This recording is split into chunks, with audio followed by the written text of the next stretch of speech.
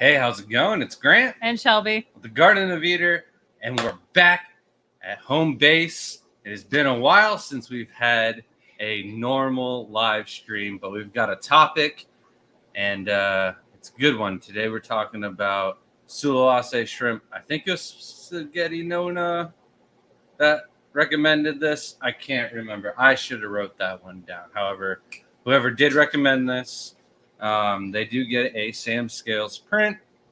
Just a reminder, anybody leaves a comment down below on a topic idea, they will receive a Sam Scales print if we use that for the live stream topic of the week. But today is Sulawesi shrimp. It is a wild type shrimp from an island in Indonesia. Am I even right about that? I don't know. I'm second guessing myself.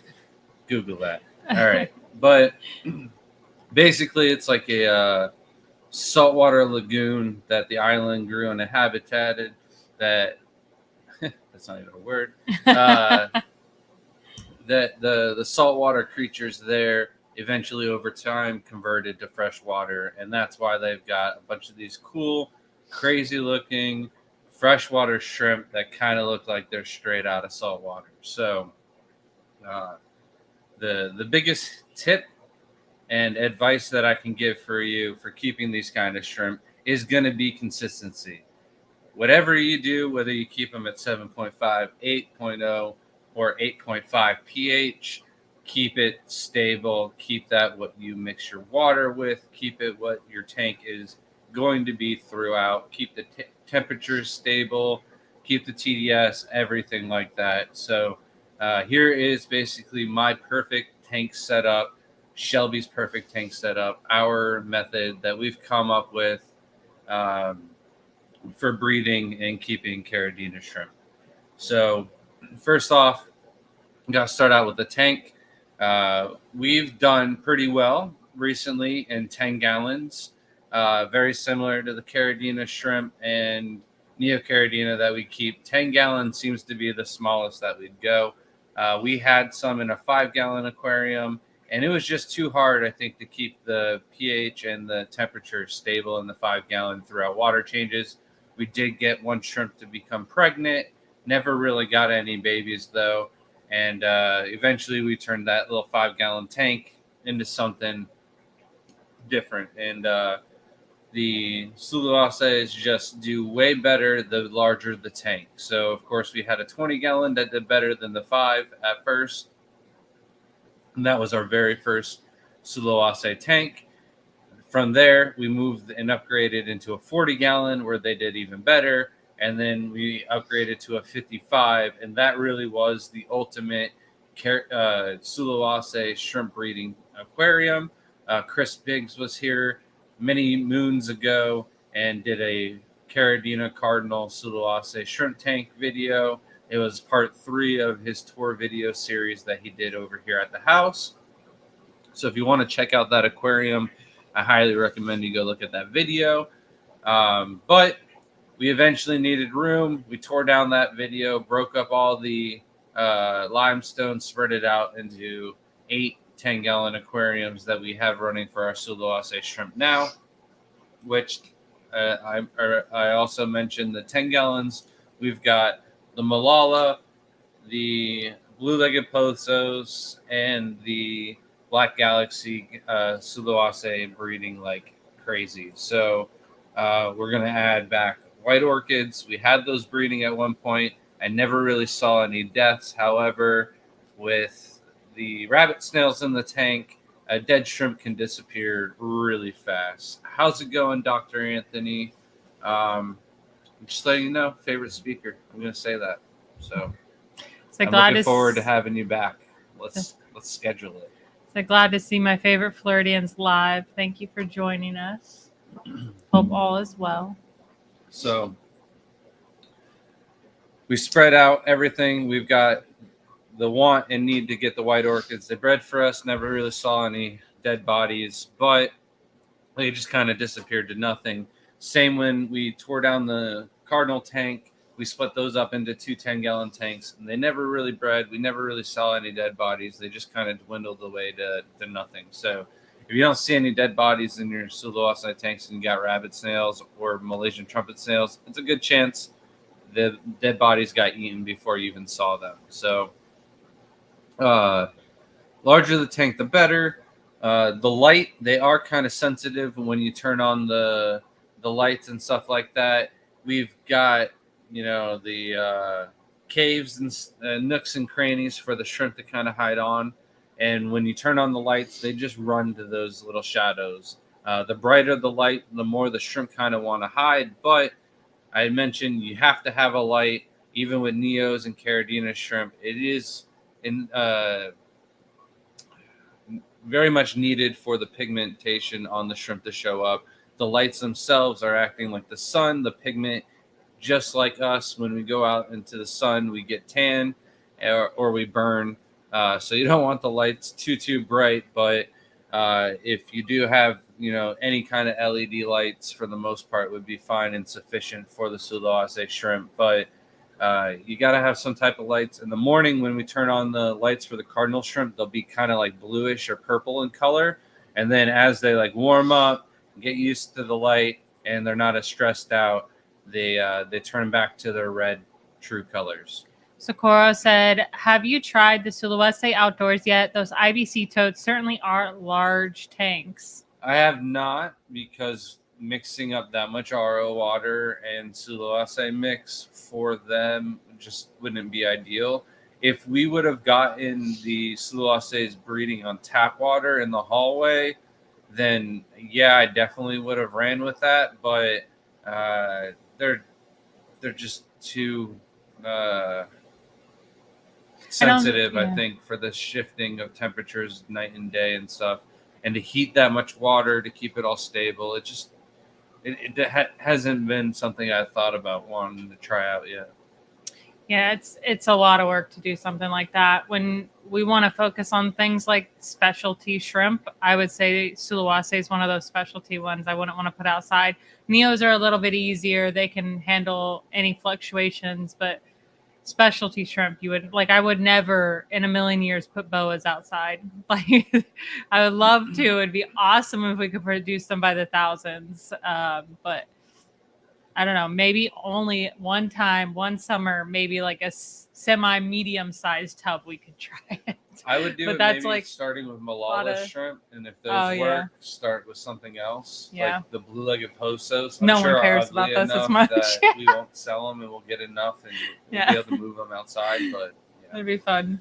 So I mentioned turning on the lights. The brighter the lights, the more they're going to hide. I do have a tip and trick for them to come back out, though. So the light is needed. I'll talk about that tip and trick a little bit later. But when it comes to filtration and stuff like that, sponge filters are great. Canisters hang on the back as long as you have the attachment guard to prevent babies from getting sucked up. Those are also great. Either one would be fine, but a sponge filter is quite sufficient enough. And then the only other thing you need for the actual setup itself is going to be a lid.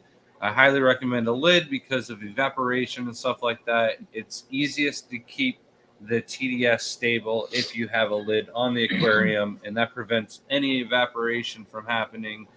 You might get teeny tiny amounts still through the holes and the gaps and stuff like that, but for the most part, between water changes, the lid will keep all your TDS in check and stable for the Caridina shrimp, Sulawesi. So, Dura said Maloa should work outside. I found mine to be actually hardier and more prolific than even Neos. So that would be really cool. I'd love to have like the whole pool system. Maloa. Arim said, can you mix Sulawesi to get color/patterns like Caridina, or will they go wild like Neos? I'll talk about this more later on, but for the most part, you can mix them and they won't cross at all. So I'll dive more into that later. So talked about the lids of the tank itself, filtration, the light. Now let's talk about what goes in the aquarium. And starting off with substrate, we find that the crushed coral is a must. There is argonite of different colors. You can use black, you can use white. It doesn't really matter, but either or, these substrates are needed to help buffer the pH and raise it. So, Caridina shrimp use the aqua soil. For Sulawesi, we use the crushed coral or argonite. Which one? Argonite. Argonite. All right. So with the mix of the two, it just kind of looks more natural. So I like using it mixed rather than just a straight crushed coral. And then we also like to add in lava rock mixed in with the substrates as well. Back when we first got started, I read on one of the German forums that one of the breeders was very successful, and his substrate was the mix of the three, or argonite, crushed coral, and the lava rock. And he explained that the lava rock was there to culture microorganisms and stuff like that the shrimp are gonna harvest and eat off of and pick and graze on. So he liked to stick some of the lava rocks half in and half out, and we kept this method going for a really long time. We didn't do it in the 10-gallon tanks, I don't think, but we do have the limestone that was from the other aquariums moved over. The limestone, you could use any type of hardscape really when it comes to the Sulawesi shrimp, because you're not worried about anything leaching into the water. Some people will say that there's can be copper deposits in some of the petrified wood. Never really had any issues with that ourselves, but maybe that's something to look out for. But all the rest of the hardscapes should be fine. The more nooks, the crannies, the better. The more surface area, the more biofilm you're going to have growing, and the better chances that the shrimp are going to survive. A lot of people think that algae is a necessity for these shrimp, and they purposely leave their lights on for 24 hours, 7 days a week for the first 2 months of the cycle to build up a thick layer of algae. We've never done that with any of our aquariums, and we've been quite successful on keeping and breeding the Sulawesi shrimp compared to most people. And we've never had any algae, really, any growth in any of our aquariums. Struggling. So Mimic said, how long after changing substrate and salts from neoperimeters to Sulawesi in my 55 should I wait to get the shrimp? The tank has been established for 6 months. So whenever I change parameters in an aquarium, I always like to do another 30-day reset, because you're going to do a big shock to the bacteria in the filter. And this doesn't matter if you're going from Neo to Sulawesi or to anything. I always recommend, 30 days to let that colony inside the filters rebuild up, just in case there was any issues. If you're perfect on not overfeeding and doing your water changes and everything like that, you can get away with doing it a lot sooner. But for the average person, I recommend just waiting another 30 days and being patient for everything to reestablish and settle into the new environment. And then the substrates I want to mention, the main purpose is to get the pH to 8 and keep it stable there. Some people do keep the pH at 8.5. Some people keep it at 7.5. I really don't aim for a pH. We use a special mix and just let the tank kind of settle out by itself with the amount of crushed coral and argonite, as well as the limestone. I'm sure it's at least 8 in the aquariums. Stephen P. said, I saw some Sulawesi dancing under a disco ball on TikTok. Also, hi. This is actually one of my favorite TikToks to stumble upon, and it's mainly their whole content. And they actually were on the news about their shrimp and the putting the dancing music behind it. It's hilarious. I forgot who his name is, but we were friends with him before he got blew up on TikTok with that. Outside and Aquatic said, I had heard keeping your tank covered with algae was a good way to raise them. I have all walls in my tank covered in surface algae and running at 82. I've seen 5 babies, 10% water changes. Yeah, a lot of people use those methods, but for us, I'd rather be able to see inside the aquarium and not have to worry about constantly cleaning the tank and scraping off the walls. We have some tanks where the walls in the tank just greens up on its own. For whatever reason, the Sulawesi tanks don't do that. Probably because there's a ton of rabbit snails in ours, but the algae might be beneficial to some. It's just not needed. So I wouldn't recommend turning your lights on for 24/7 to get the algae going. And then Crafty Crab, welcome in, said, I'm fairly new to your channel. Was wondering how often do you clean all those tanks? So we try to get to all of the aquariums about every 3 weeks, and we do a 40 to 60% water change. However, with traveling and building new stands and working on things in the backyard, they might not always get done that fast or that soon.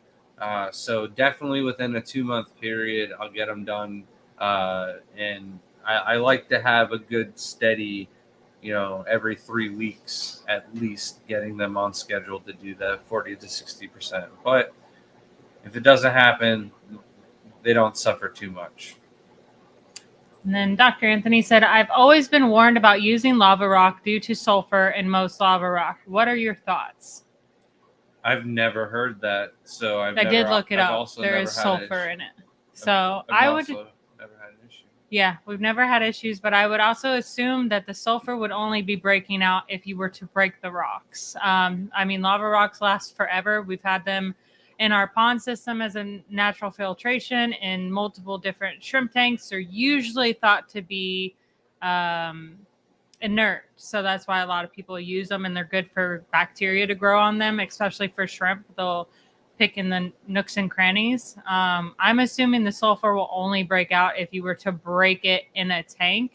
Just like if I was to break certain rocks outside, I can smell the sulfur, but they're also known as safe rocks to use in fish tanks. So, well, while I have your attention, Dr. Anthony, we used to buy our IBC totes from the guy that makes the explosives for our mines. And the IBC totes were filled with sulfur.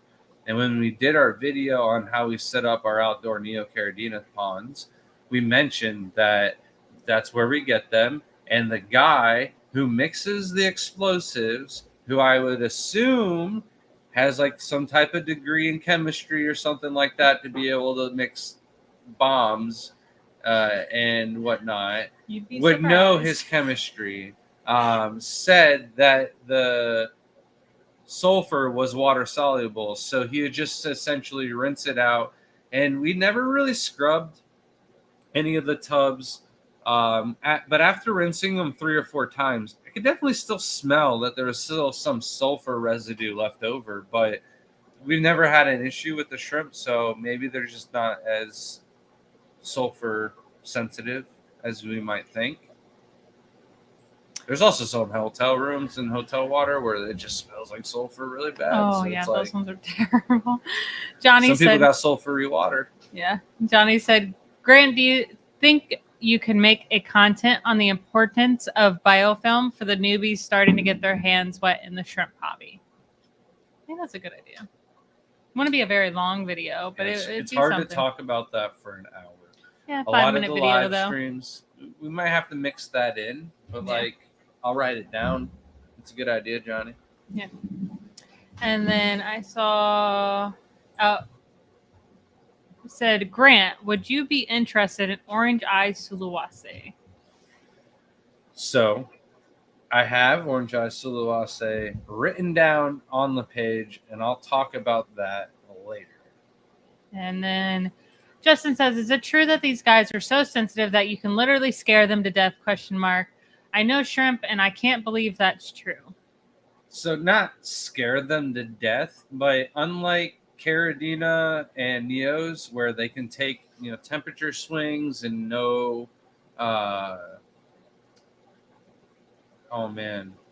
thermometer in the tank, and it's not even thermometer, heater in the tank. Heater. Oh man, I'm sorry, spacing.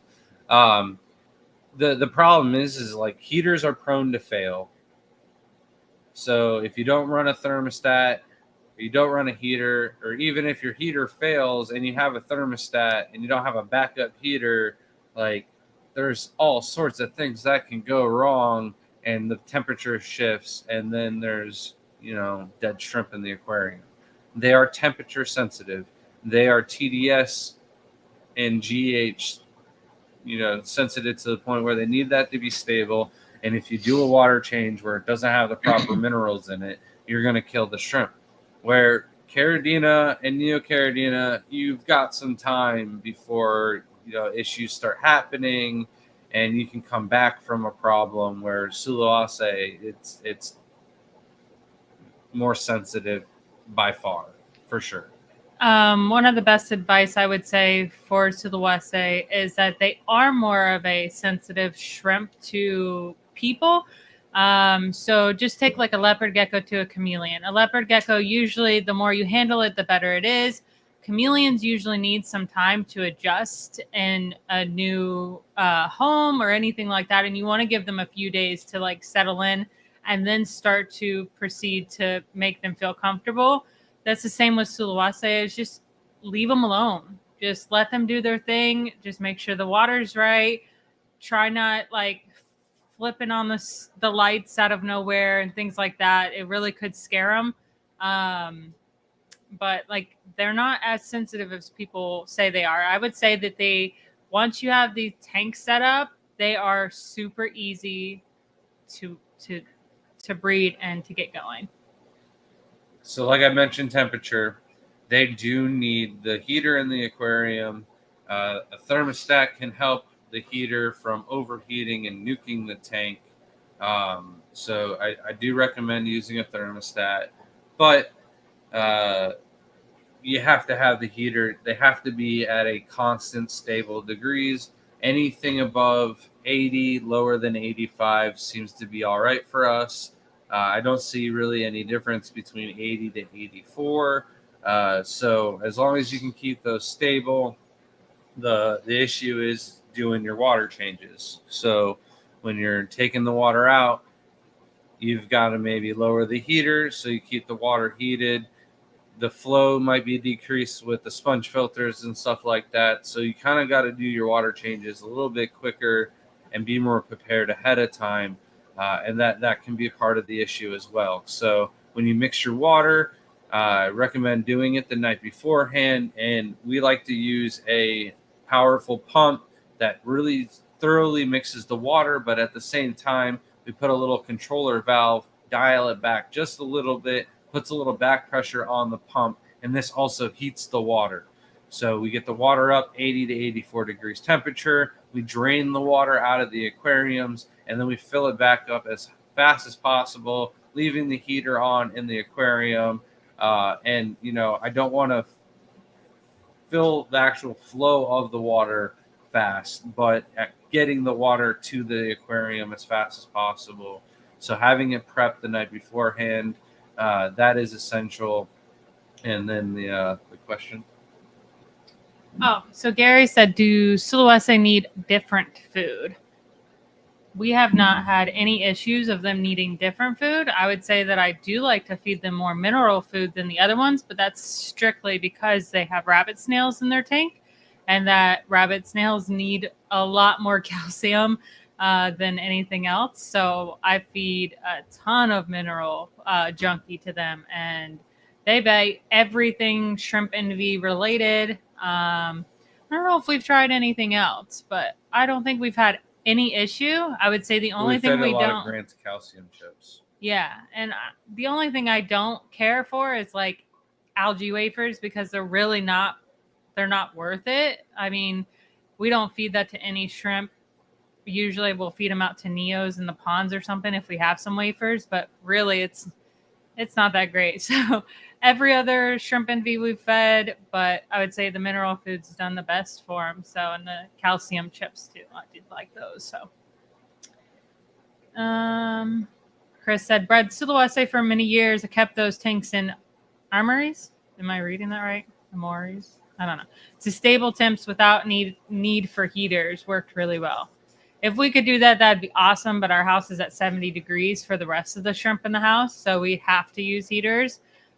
Which, yeah, heaters are like always something that's scary to make sure that they don't fail. Yeah, if you can Your heat the dog's rooms, just heat the trying to rooms. That's always going to be better. Yeah. And then Brandon said, in my experience, Sulawesi also don't take commercial foods as well. And the 8.5 salt is hard to dissolve without CO2. So I'm going to talk about that in a little bit as well. Actually, I'm going to talk about the 8.5 mix right now, but them coming out for commercial foods is going to be coming up after that, actually. So mixing the water, like I mentioned, we use a big, powerful, like it's a 2,500 gallon per hour pump in a 32-gallon trash can. So it's definitely mixing a lot. A little bit of back pressure heats up the water just a little bit. This helps mix up the water and the minerals and stuff like that. But at the end of the day, we use the 8.5 Sulawesi mix. It's the same mix that we sell on the website. And, well, once you're done mixing the proper amount, we usually aim for like 190 total dissolved solids. And then the next day, it's right around 210 to 220. It takes some time for the minerals to mix up into the water. And I'm sure still it's not fully dissolved and mixed up. You had mentioned the CO2 to fully dissolve it.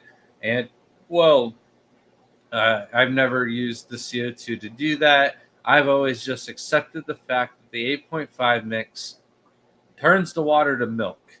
It really does. It looks like you use powdered milk and just, or you're making a large bowl of cereal or something like that, because it looks gross. The kids, the first time they realized what was going on, they're like, ew, what's going on? Why is it full of milk?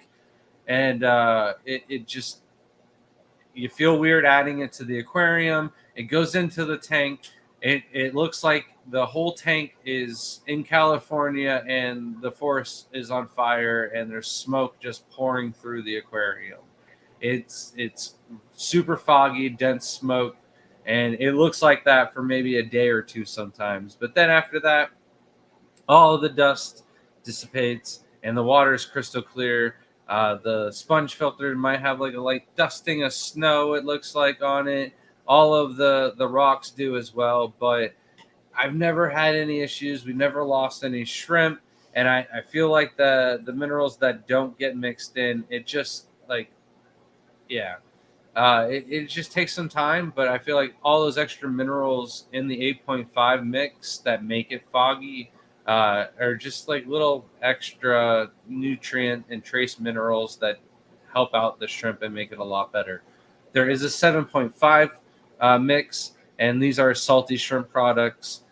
We don't carry the 7.5 because I've never used it. We've been using the exact same method for our Sulawesi shrimp for almost 9 years now. I've got a story.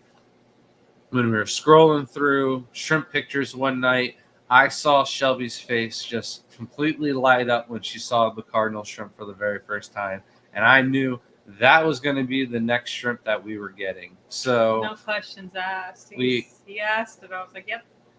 So we set that up, and we bought the shrimp off of Andrew Wayne, who at the time I asked and pestered a lot for his information. A lot of what we do on Carradine aside is like a mix of Andrew Wayne and what Plamsky used to do back in the day, and then a little bit of Nico Rico once I came upon and met him at the international contest a couple years later. So the Sulawesi, though, is Andrew Wayne's method, and we got the shrimp, kept them, and just Andrew tried to change something up and killed all of his. So we had to sell the shrimp back to him. He was our first sale for the cardinal shrimp, and then we've just kept it that way.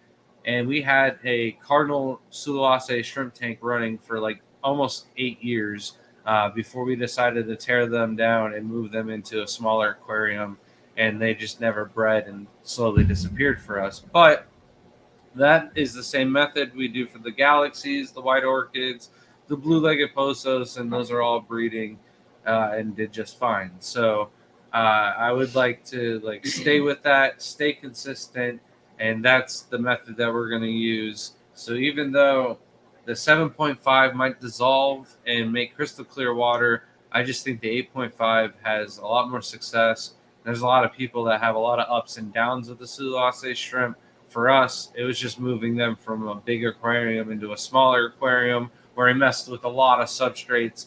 And the other shrimp, they got, time to readjust and didn't have to go through with a big old move. So we very easily could have caused a bacterial infection and wiped out the cardinal shrimp because of the substrate move and not the actual method itself. Johnny said, I used to feed my yellow neos F2 algae wafers and they will turn green. Yes, that's why we don't like to use that or any of the color enhancing food for the shrimp, because if I feed it every day and then it changes colors and then I ship them out and someone doesn't feed them, it really could take the quality of the shrimp down, especially for like red cherries. Chris said it's an armoire, which is, I believe is how you pronounce it, is like a cabinet. The lights would heat the inside to 78 to 82 year round. We don't have room for cabinets, but that would have been a good idea. That would have been crazy. And then Johnny said Mike Tyson or Jake Paul, who's going to win? We'll have to discuss that later. You could probably go on about that. I got to see the walkout, but right now I'm leaning towards Mike Tyson, but I wouldn't be surprised about a big upset. Yeah. I want it to be Mike Tyson, obviously, but like the age difference there, it's kind of like, someone in their 60s trying to pick a fight with someone in their 20s bodybuilding. It seems like it's not going to be good. Mimic said, when mixing the water 3 to 4 days prior, let the water clear up. I've mixed it for 3 or 4 days and it still does not clear up in the trash can. There's always an extra layer of just white minerals that don't mix up on the bottom of the trash can that I just mix with the tap water for the neocardinas, and so it doesn't go to waste. But the water going into the aquariums is at least 190 to 220 TDS, so that's all that matters. Zen said, I added y'all's Discord server to FishFam link page for your information. Thank you so much, Zen. Thank you so much, Mimic, for commenting it at the beginning here. And thank you, Brandon, for making it. What's funny is I tried hard to get on it the other day. And for some reason, our invitation wouldn't let us in. And I'm getting frustrated. I'm I was a gamer, but Discord wasn't a thing. It was Ventrilo when we played. So it just drives me crazy that I can't figure Discord out for the life of me, or I'll just give up. Am I hitting that age where I'm just frustrated with technology? I don't know. Thought you were about to give Mimic the credit for Brandon, but no, he posted earlier in the beginning. So then our next tip is going to be the rabbit snails, and I mentioned that the shrimp don't really eat too much commercial foods, and that they are really shy when you turn on the lights and stuff like that. That is until the colony gets big enough and you add some rabbit snails into the aquarium. I find that the shrimp use the rabbit snails as an alert system. If the snails are out and about and moving around just fine, and there's no fish trying to eat their antenna or anything like that, then the shrimp think that everything's fine. They come out, they like to enjoy a good ride on a rabbit snail, eat some slime, and then partake on the food piles when you feed them. But I find that even with a heavily dense population, they won't do this until you add the rabbit snails into the aquarium. So I do find that there's some type of relationship where the shrimp are using the snails as a detection system. Got something else for me? Oh, Tube Dog said, I use a tank water jet to stir my mixture in my tank. Works beautifully.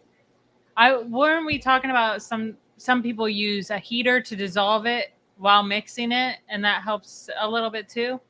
Yeah, that's why I use the pump. But still, even with a pump, the water gets up to 84 degrees. The water after 2 or 3 days, it's still milky. Yeah. Back to you. All right. So I insist on having rabbit snails in the aquarium. Insistent. When we tore down the 55-gallon aquarium, I didn't realize how much rabbit snails burrow into the substrate. So when you think that there's 50 or 80 of them, there's really 160 of them because of all the ones inside the substrate. We have hundreds inside a 10-gallon aquarium of yellow rabbit snails. So those are available. Are they available on the website? No, I haven't put it back. I put the other Sulawesi shrimp. So those I'll get them on the website after this live stream. But Tube Dog said I'll have to take pics and videos next time I do a water change. But I know the Galaxy Sulawesi shrimp are on the website for sure. Yeah, so. it's warming up now, so it's definitely heating up. I don't know about you, but it's getting hot everywhere. So add the rabbit snails, and then the next thing that I recommend getting is a temp gun. This is a great way to go from the aquarium to the container where you're mixing the water to make sure that they both are within a degree or two in range. So that way you can do your water change. And then we have multiple aquariums, and the temp gun is really easy. So that way, at least once a week, you want to get a read on your aquarium heaters to make sure that everything is still good.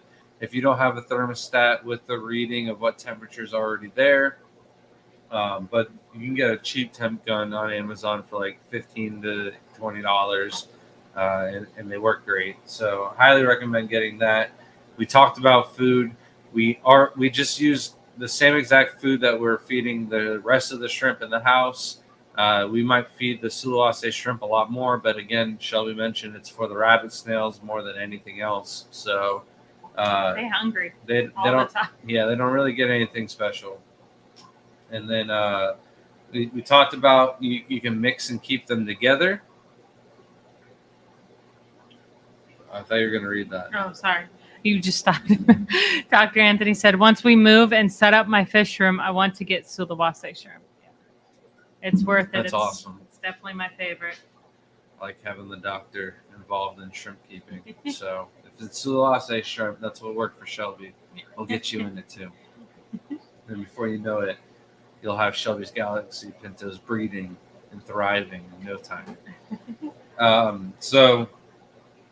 We have some blue-legged posos and some Malala shrimps kept together, and I have noticed that the Malala shrimp have different color eggs for the first time, so I don't know if they crossed or if we'll see anything different, but there's several different colonies and breeders out there who keep multiple different types of Sulawesi shrimp in the same aquarium, and there's never really been anything that's popped out that said, oh, this is a new variety of shrimp. There have been slight mutations and stuff like that, like the blue ghost or the orange eye, and those are just been mutations. Those haven't been from crossing or getting any cool genetics mixing in it, anything like that. So you should be able to keep whatever varieties in a nice size aquarium, stable parameters, and if you do have something cool that pops up, it's something brand new that probably nobody else has out there.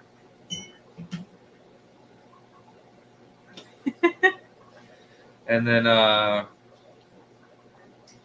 the orange eye mutation and the blue ghost mutation, those are the cardinal shrimp.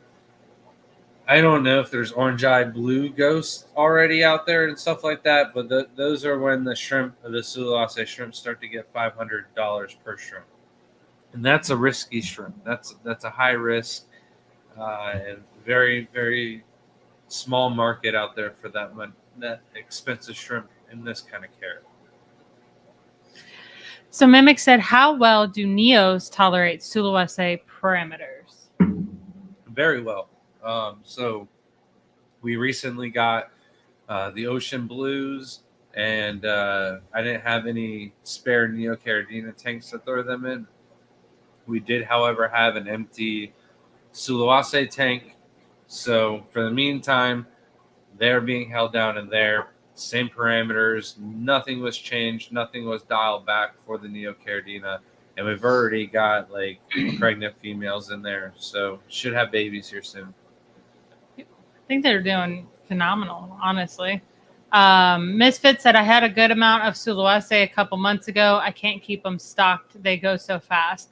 That is one of the biggest things that it could go wrong with Sulawesi is that so many of them hide that sometimes you think that there's more in the tank than there is. So you could oversell them. And that's what scares me. And to the point where I was like, do not touch my tank, Grant. I'm like, until there's like hundreds just chilling out, which we had like our 75 that was just, I mean, packed full. It was so pretty to see. I miss it. Or sorry, 55. I miss it so much. And I'm so excited for the project I will be doing, but unfortunately will not be able to share, but eventually will. But it's been a dream of mine to have another tank like that again. And I mean, I'm looking at 2 tanks that could be remodeled too for some more Sulueses. They're looking a little empty because we got rid of some of our. Why did we have 1 fish? Okay, I forgot. That's the one we're keeping. But yeah, getting rid of some of the fish that we're not going to be breeding, that are a little bit larger, that were kind of just pets for so long. So Johnny said, when setting up a Sulawesi tank, can you use tap water? So the reason why I don't recommend using tap water is because tap water is not consistent. Your city can run out of water. They can borrow water from the next city. They can change filters. They can do a lot of things. The temperature, the weather, there's a lot involved that can change the parameters of your tap water from day to day, week to week, month to month. And because of this, I don't recommend using your tap water. This is why you should have an RO unit and use the Sulawesi 8.5 mix. Also, the 8.5 mix has a little bit of water buffering. I've had a couple customers where they try to use the 7.5 as well as a good amount of crushed coral, and they weren't able to get the water to a high enough pH for the shrimp. So that's why I recommend the 8.5. Even with the 8.5, we don't get 8.5. We get like 8 to 8.2. So I definitely recommend using RO water with the Sulawesi 8.5 salty shrimp mix to 220 TDS. Now I'm kind of curious, what if someone does have a really high pH? Would it be worth them for them to do an RO then remix? I don't know if there's KH or GH, and that would be a problem. Do you? I don't know. I would just say it. it's not going to be consistent enough Yeah. on the TDS and GH, even if the pH is high enough. Yeah. So I wouldn't try it. Coro said, off-topic question. Neo Caridina yellow advice for culling. Is there anything to golden back yellows compared to regular yellow Neo Caridina? I just go for the nicest yellow possible, the least transparency and gaps. The back line is going to be completely up to you on whether you want it or not. But for us, all of our adults usually have the back line. There are lines out there that don't, and I don't think I have the time to go through and selectively breed the backline out of ours. The backline trait is dominant, so if you have some that don't have the backline, then definitely keep those separated and don't crossbreed them. And let me know when you have them available because I'd like to get some again. But it's definitely just going to be the brightest yellow possible. Fix that. J-Dub said Sulawesi pics on the website need an update soon. Can't see them. I will actually add one of the nicer ones that we have. Grant posted it on Facebook not too long ago, so I'll just add that onto the website. Mimic said, what is the best decor to use in a large Sulawesi tank? Rock piles? Limestone. So get live rock, or not live rock, but like the same rock that they use for saltwater tanks, and make limestone. A really nice rock pile aquascape. Lots of arches. They like to be upside down, hanging on rocks. They like little nooks and crannies. You'll be surprised how many little teeny tiny babies are in each one of the holes once they get going. I'll send you the video of the tank. Our tank through Chris Biggs did a video on it, If you want to see our setup, he's got a good video of how it looked, and it worked phenomenal. We had no issues with that tank. It was up for years. It was only when we tried moving them, which is like your biggest flaw in shrimp, unfortunately. Richard said, Shelby, did the fry rack work out for you? I have not done anything because I don't have any fry or fish that I'm breeding currently, but it's still sitting up. It's running through and it looks fantastic. I'm using it, Richard. Yeah, stop. He keeps putting things in it. Mike It's said, working great. Yeah. Mike said, you mentioned the eggs changing color. Can you talk about that more and what it could mean? I need a minute, So egg coloration really does not mean much for shrimp. The red cherries, for example, I've seen brown, yellow, green, blue, red, and like almost white. You don't want like white, like fungus white on eggs, but the different colors of the eggs really don't mean anything. When I mention the eggs of different colors, it's not that the eggs themselves were changing colors. It's more like some of the eggs were brown, some of the eggs were blue. Now, this is very common with Michelins and Taiwan bees and Tai bees and hybridized shrimp, because you can have a Thai bee that's going to be like a brown in color or a crystal shrimp, and then you'll have a Taiwan bee, which is going to have a blue or black egg. So you can have a shrimp that's going to throw both of those and have the brown and the blue eggs, and you'll have a lot more brown eggs, right, than you will the deep, darker blue ones. But generally, the brown eggs will hatch first, and then the blue eggs will hatch a couple days later. But this is something I'm viewing right now in the Malala shrimp tank after I just threw in 2 blue-legged Poso shrimp. So not that they weren't doing that before, I just didn't notice that. So I haven't really been paying much attention to the Malala shrimp. At first, when I first got them from Kevin Kelly, they just took off and exploded. And then I kind of dialed back the heater. Maybe I just turned off the heater completely, thinking that they would be fine. I had bred the Malala shrimp in room temperature before, no problem. But dialed back the heater this time, and they stopped breeding. So they are breeding now, though. So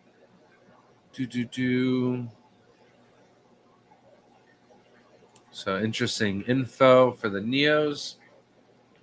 Also, I've been getting a lot of people asking us when we're going to have Neocaradinas back on the website, or is what's going on with the Neocaridina. It's just the time of the year where December, January, February, there isn't much breeding going on. There is still buried females out there. However, instead of the eggs hatching every 25 days, they're hatching every 45 days. And instead of a baby shrimp being ready to sell in a month to 2 months, it's 3 to 4 months. So there's literally shrimp that were born in December that will be ready, here very, very soon.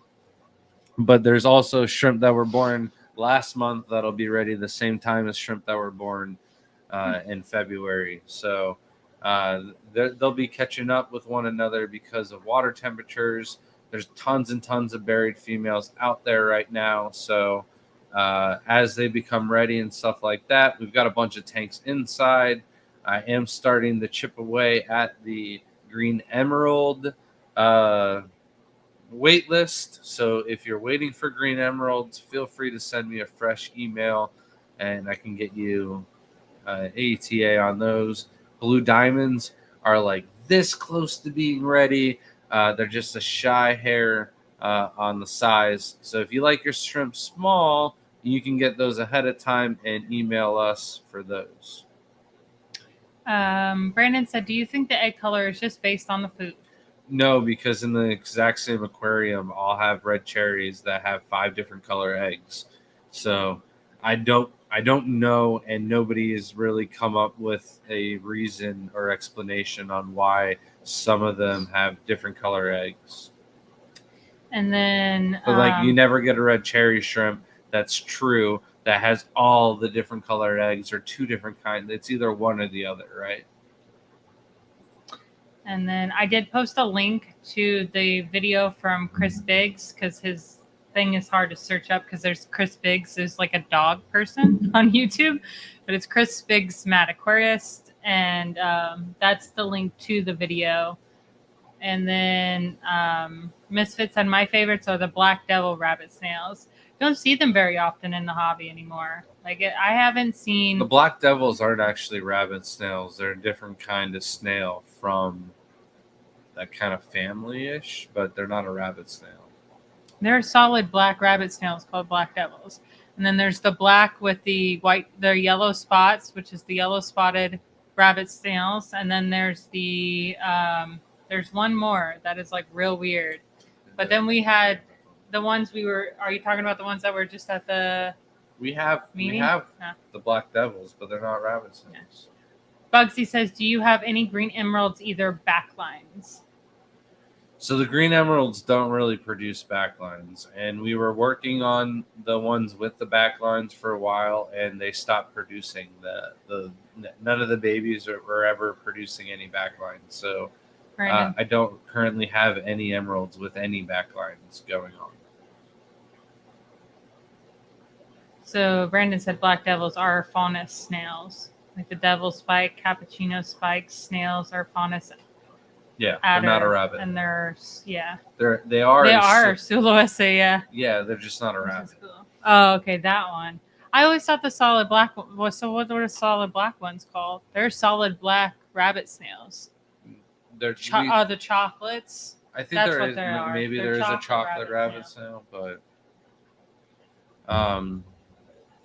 so yeah, no emeralds with the backlines. The green jades have the backlines. We do have a video on the difference between green jades and green emeralds. That's what it is. I got those two confused. Yeah, we haven't had the Black Devil shrimp. Yeah, you barely can't find them, which is so funny because we breed like the yellow rabbit snails are breeding like they're pond snails at this point. But the orange don't breed as well. And then we had the chocolate ones in the big 75, but then we never got them to breed really well. Like the yellows kind of just took over. We still have them. They're still in the bottom tank. Chocolate ones? No, we have the Black Devil ones still. Oh. And they never bred for us, so I'm not sure if the faunus snails need something else or something to breed, but we've got like 5 of them. They just never bred for us.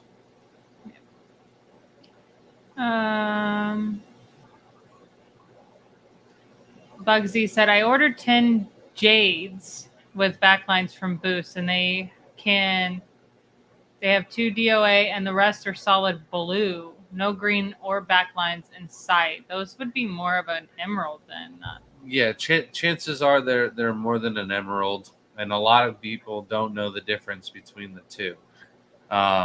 So like the chances are that they were blue. If you put them into an aquarium with black substrate, more than likely though they will turn green after the stress disappears. And then Cyrus, I can never say this right. Syra, oh my gosh, aquatics. Goodness gracious, I'm done.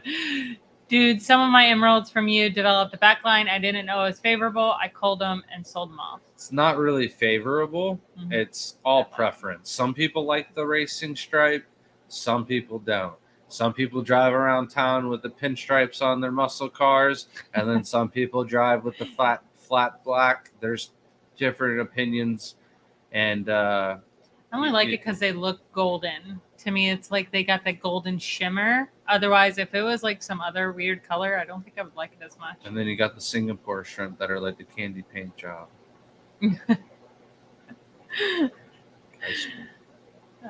Black Devils breed in brackish only. That would make sense. Well, guess who's going into the Opa Ula tank? Smart. Is there only one in there though? Oh, we got like 5. Oh, okay. They're old too. I don't know I how never long look they at 'em. live for, but they're ancient. I must have just like passed right by them and just thought they were rabbit snails. They're in with the blue-legged posos. Oh, And it looks like they're breeding because there's tons and tons of Malaysian trumpet snails. And it's so weird. I don't know where those Malaysian trumpet snails came from. Johnny said, I ordered moss for my shrimps in months. I seen baby Malaysian trumpet snails. I will take those. Then I noticed planaria worms. I was wondering how they got into my tank.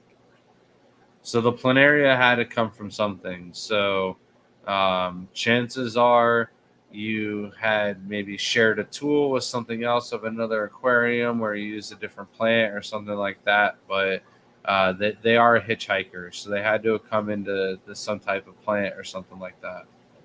And there is so many people that think that there's a food that causes planaria, and I really want to test that out. I gotta get the food that people keep thinking that it causes. It was a homemade food from one of his friends. It wasn't like a commercial food that I think people are even selling. Yeah. But like, also, I don't know where you got the moss from, so it could have came from the moss. We don't have any aquariums with planaria, or else I'd have a better planaria picture thumbnail for the video that we've done. But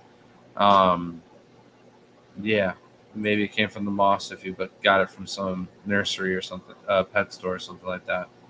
Abstract said, "Is there Rillies with a black backline?" Yeah, from time to time, I've seen red Rillies with the backline, and no backline in the actual really clear pot spot.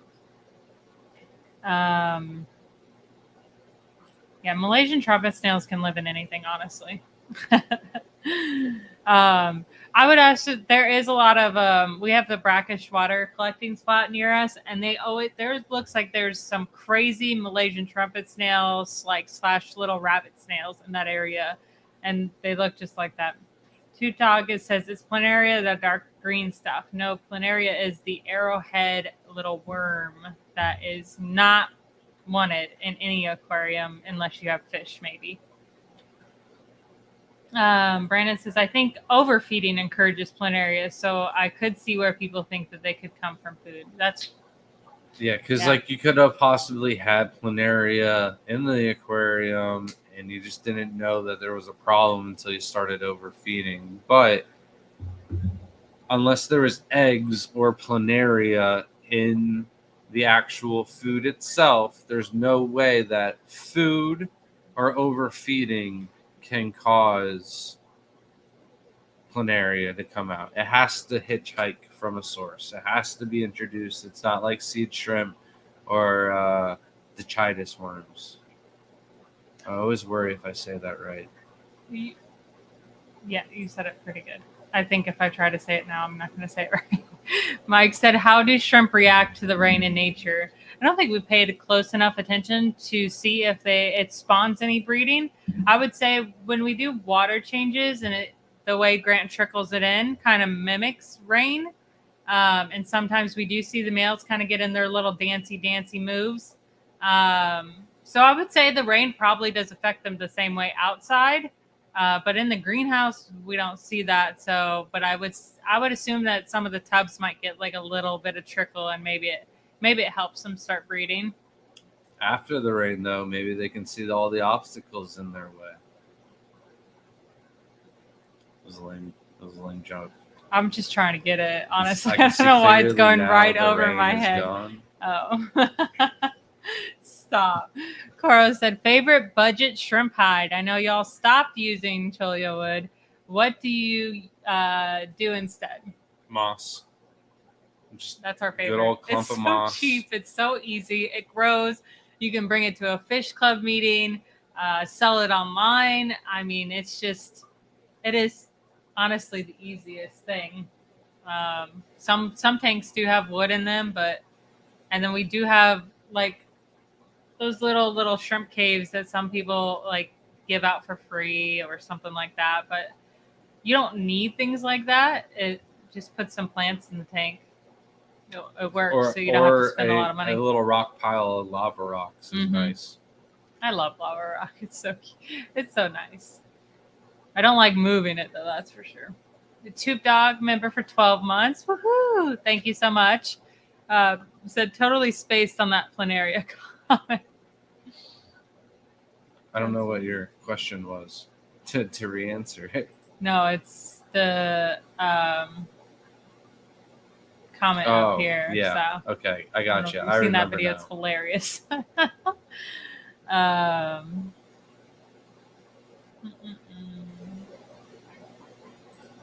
Christy says, speaking of planaria, I saw 2 recently and only have 2 working aquariums. Don't know where they came from. Used Fritz Expel P. Have any experience with it? Not sure if it's worked or not. I didn't know Fritz had a product to take care of worms. We've only really tried no planaria and the dog dewormer, the Fembenzel. So the planaria works, and we've had no issues. And I've seen a lot of problems firsthand with the dog dewormer, and then I've heard a lot of other nightmare stories, not just with the dog dewormer, but other products as well. But with the no planaria, it's either it works or the people didn't use enough, didn't turn off the lights, or just use expired product or something like that. But for the most part, no planaria has been the best all around cure for getting rid of it, as well as Hydra, and the least amount of repercussions afterwards. So not as many side effects, doesn't kill as much bacteria and stuff like that in the filters. And then Johnny said, can you make a content on planaria for dumb newbies like myself? We have a video already there. It's an older video, but we have done it. Yeah. I will try to post that in the links here in a minute once I find it. Welcome in, Ashley.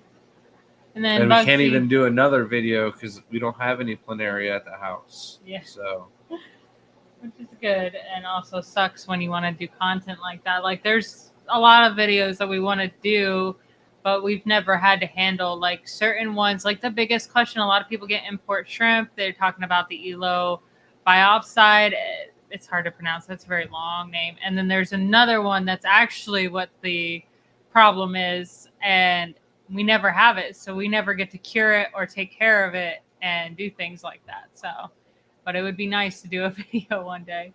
But I will post in the link in a minute on planaria. Bugsy said, what is the best way to clean the moss before putting it in another tank? So I've never really had to clean any of the moss other than just shaking the living crap out of it before you put it from one tank to another. And the only reason why I'm doing that is to make sure that none of the baby shrimp come from one tank to another. If it happens, I usually make sure that it's a shrimp that as it's growing up, I can definitely go, all right, you need to go, and I can remove it before it does anything with any of the other shrimp.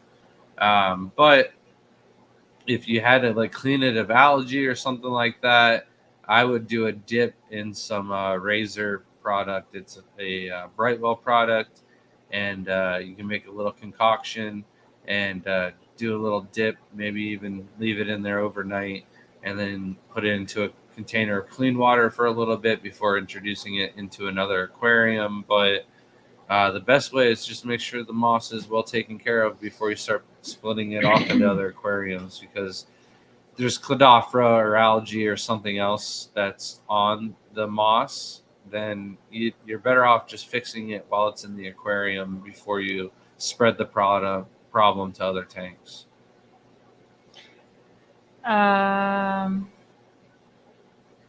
Ashley said, first time I had planaria, creeped me out, not gonna lie. They're so gross looking. Thankfully, it's easier to get rid of than I thought. Yeah, they were definitely weird the first time I saw them. I've had definitely weird things come into our tanks, especially with like the dragonfly larva.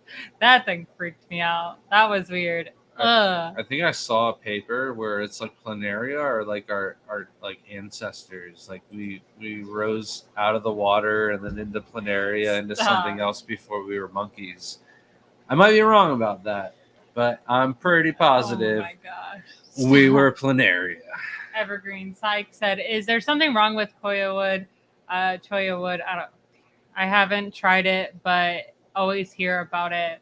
I mean, there's not really a problem with it. We just don't like it breaking down in the tank. It does take a while. Some pieces are real thin, and it breaks down pretty fast and creates a bunch of mulm, which we don't care for mulm in our tanks because, when you're cleaning out a tank, for us, culling purposes, making things good in the tank, we don't like mulm. If you don't care for mulm, then that's no problem. It's actually really cool to put like a bunch of Anubis or Boos into it. Great for babies to hide into it. I mean, but other than that, we just don't like it because it breaks down really fast. And I've had cholla wood in aquariums for over 10 years, and there's still a skeleton of cholla wood in some of our tanks. But the problem is the skeleton started off thick and is now dwindled down to a very thin, fragile piece of skeleton of a cactus. It's not very much woody substance at that point. And all of that wood disappeared into the aquarium as mulm. So Brandon said it, I am anti-mulm, but like at the same time, it's just way easier to clean aquariums and to be more productive and stuff like that. What is the doctor doing? Is he back at it again? He was behaving for so long. Dr. Anthony, $20 super chat. Thank you so much. Says to buy some decent food for the discus. I appreciate that. Thank you, Dr. Anthony. And I heard you're moving to Oregon. That is going to give me another reason to visit that part of the world. So between you and Danikin and my buddy Gurky and Harley and a bunch of others up on that side of the coast, we're going to have to get up there. Possibly next year. Thank you again, Doc. Gary said, I had a Red Riding Hood cherry once, redhead, clear body female. I separated to another tank and no offspring were the same like her. We breed a lot of Red Riding Hoods. We actually had a bunch for sale at one of the shows we just did not too long ago. We actually have more Red Riding Hoods than Red Ridleys in one of the tanks now. Henry said, how do you get rid of scuds in shrimp tank? So we've got another video from that, but like the biggest answer is going to be persistent and patience, because eventually you can catch them all. But there's no easy way to kill all the scuds without killing all of your shrimp. So you're going to have to manually catch all of the scuds. I found that if you turned on the aquarium before any daylight hit the aquarium, it freaked the scuds out, and instead of them like climbing over the substrate searching for food, they would swim up into the water column and search for a place to go hide. And it takes, a couple minutes for their eyes to adjust to the light, and it was pretty easy to snatch a bunch of scuds, and then every single day it got harder and harder until they were all gone. We had scuds in a bunch of aquariums. We got rid of them. It can be done, but it took a lot of effort and a lot of patience, and you got to wake up every day and check the aquarium. And if you feed the aquarium, catch scuds as they come out to feed. Catch scuds anytime you walk by the aquarium and you see scuds. It's a battle. Brandon said, have you guys seen the fun Chris Lukov photo with the planaria that are colored the shrimp they ate? Yeah, I think they got to be like a different color kind of planaria than the planaria that we had, because they never changed any colors depending on what kind of shrimp are in the tank. I never saw any cool colors. It's supposed to be true, but like we haven't seen in it. So maybe at like I think it's a different kind of planaria. So close, maybe. There's different varieties for sure. Yeah. So Nathan said, if I don't have RO water, but I have to do a water change due treating for worms, can I use tap with shrimp mineral to get the same TDS as the tank? Not if you are using it for a Caridina shrimp tank. If you're doing just Neos, that is fine. But if you're doing Caridina, chances are stop yawning on screen. Get off screen for that. If you have the Caridina shrimp and you're using tap water, chances are you're going to be adding KH into the water, and that is not good for the for the Caridina shrimp. So if you have to do a water change, you can go get distilled water from the store and use that. Just use the TDS pen. Check to make sure the distilled water is at least 5 TDS or lower before using it. And then Mike said, do you get albinos? I'm assuming you mean albino shrimp. So I've never seen an albino shrimp before. There are some that are popping out of, or some shrimp that are popping out of our cheetah hybrids that have red eyes, which might be albino, and they do have, like way less pigment than the other ones, but I don't think they're albino. I think it's more of like a hollow eye mutation. It's not red enough to like look like an albino. What if red ghosts are albino? Red eyes, all colored pigment, red. Or an orange eye could technically be our. I don't think they're albino because they have black and blue. And pigmentation, yeah. I don't know. It's definitely an interesting one. It's weird. To me, there's a lot of mutations in shrimp, and albino doesn't seem to be something that is translated in invertebrates. I don't think so. Yeah. Say that. So, but I think that there is mutations, which is what albino is a mutation of a gene, correct? Mm-hmm. So there's different mutations, but I just don't think albino is pertained to invertebrates. It'd be cool to see, though. I would love to see someone have one. Ashley said, are scuds bad to have in a shrimp-only tank? If you're worried about breeding shrimp, I would not have scuds in the aquarium because a pregnant female scud, after giving birth, is going to want more protein in their diet so that she can have more babies and more babies and more babies. So after every time she gives birth, she's going to look for a quick snack. If there's only shrimp in your aquarium, then they can go after the shrimp. Now, there's many people that are like on the video that we have that say, I'm telling nothing but lies and false information. And then I'm like, can you read the comment below you where the person is legit talking about scuds picking off fry from their fish and stuff like that? And not just smaller fish like egg layers and stuff like that, like bigger live bears and stuff like that too. So there's definitely other experiences out there. There's many different types of scuds also. So you might have the one variety of scud that doesn't eat any shrimp, but there might not be that in existence. There might be, 1 out of 10 female scuds after they've given birth go, I'm going to eat a little bit of these Neocaridina kids while they're around and just pick off a couple of them. You never know. So I for sure would leave scuds out of my shrimp breeding tanks if I was looking for profit. But there's also that side of me that likes little tiny niche ecosystems where the scuds have their place. They might be competing for food. They might slow down the breeding of the Neocaridina a little bit, but they can coexist with one another where you can have a thriving population of scuds and red cherries. You might be using both of those as feeders for your fish. It might work just fine for you. However, I'm never going to add scuds into a boa tank and say there's any benefit for those whatsoever. There isn't. You're just going to end up losing baby shrimp. Yeah, overfeeding might help with the loss of the shrimp, but in overall, it's just probably not.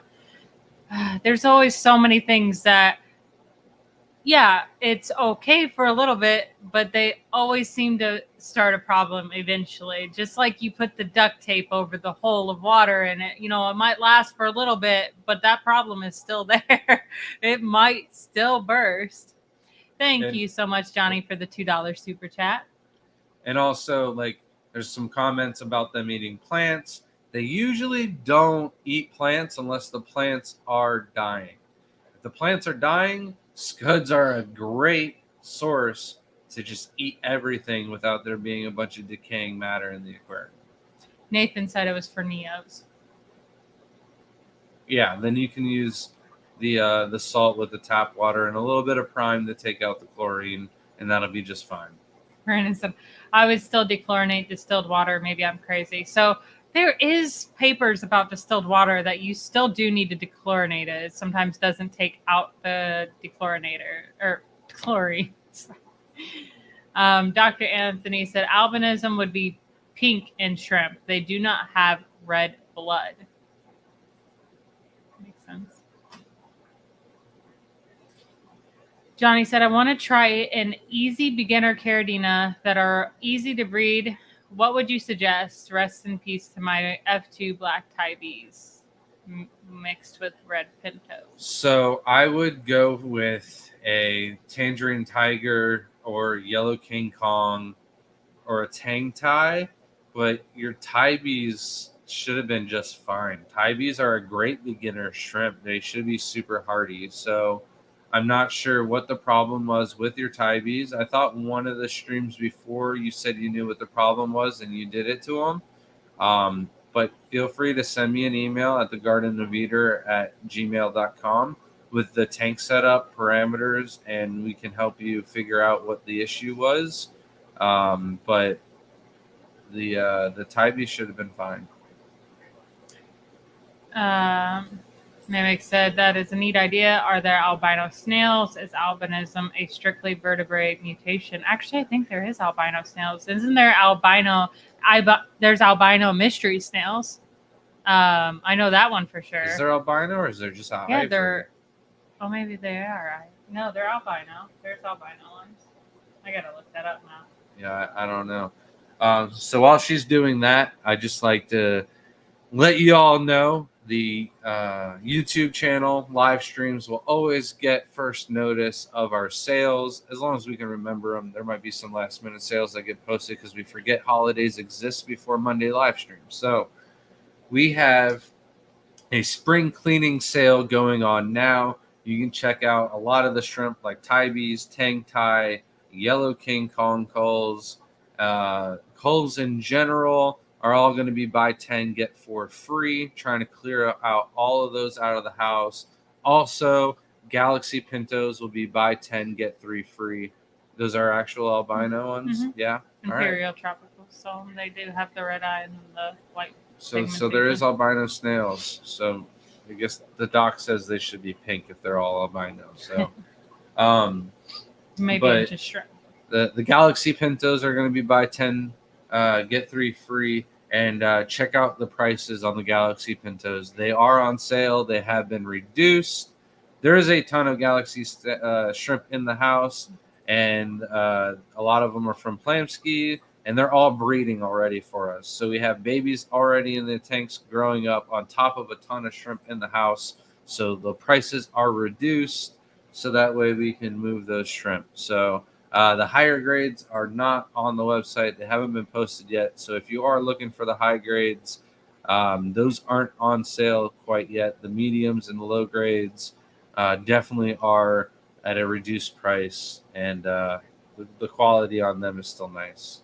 Abstract said, have you heard of the glow-in-the-dark petunias that are supposed to be on the market? There's actually like a few flowers that are supposed to be glow-in-the-dark flowers coming out. Who knows if that means like they're just going to be glowing, and then once you transplant them or their flowers die and they regrow, it's just like maybe the orchids where they paint them. That's what I'm assuming with the glow-in-the-dark flowers.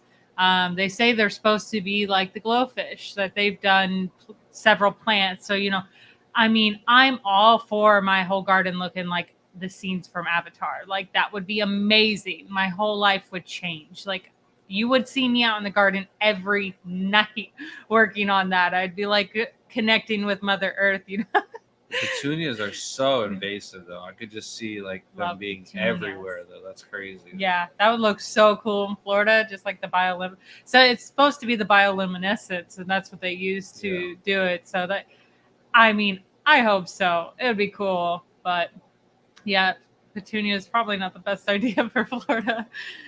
M3 said, "This is my favorite comment today." Said, "I just got rid of planaria that was attacking my snail's face is just crazy. And Hydra in my tank, no planaria, got rid of it after watching the Garden of Eden no planaria video." That's what we want to see. We want to see that it actually helps someone, because that's the whole purpose of the videos we've made, is to help out the community. So that made my day. It's wonderful. I wish Mike would watch my no planaria video. Mike Esposito calls me at least once every 4 to 6 months, has a planaria issue, and I'm just like going through the motions every single time.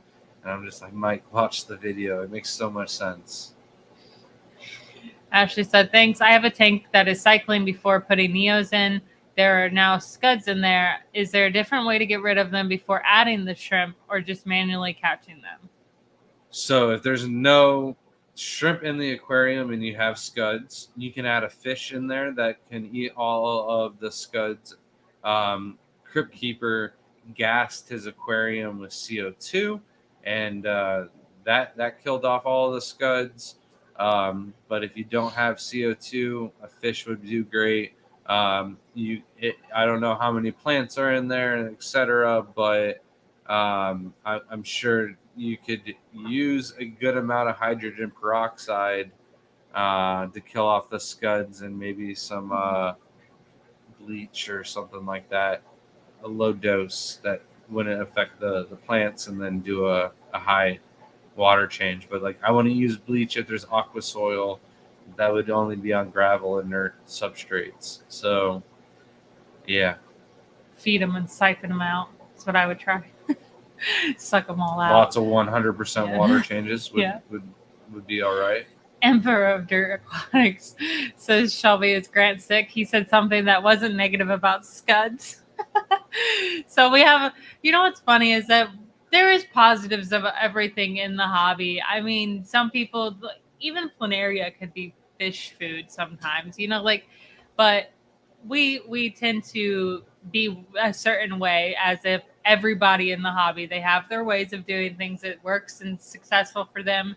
So we'll always preach what has worked for us. So, but scuds, I mean, there's tons of people, like we've literally had them at our clubs for sale where people sell them, and they're absolutely great for fish. But as far as shrimp, like, it's a hit or miss.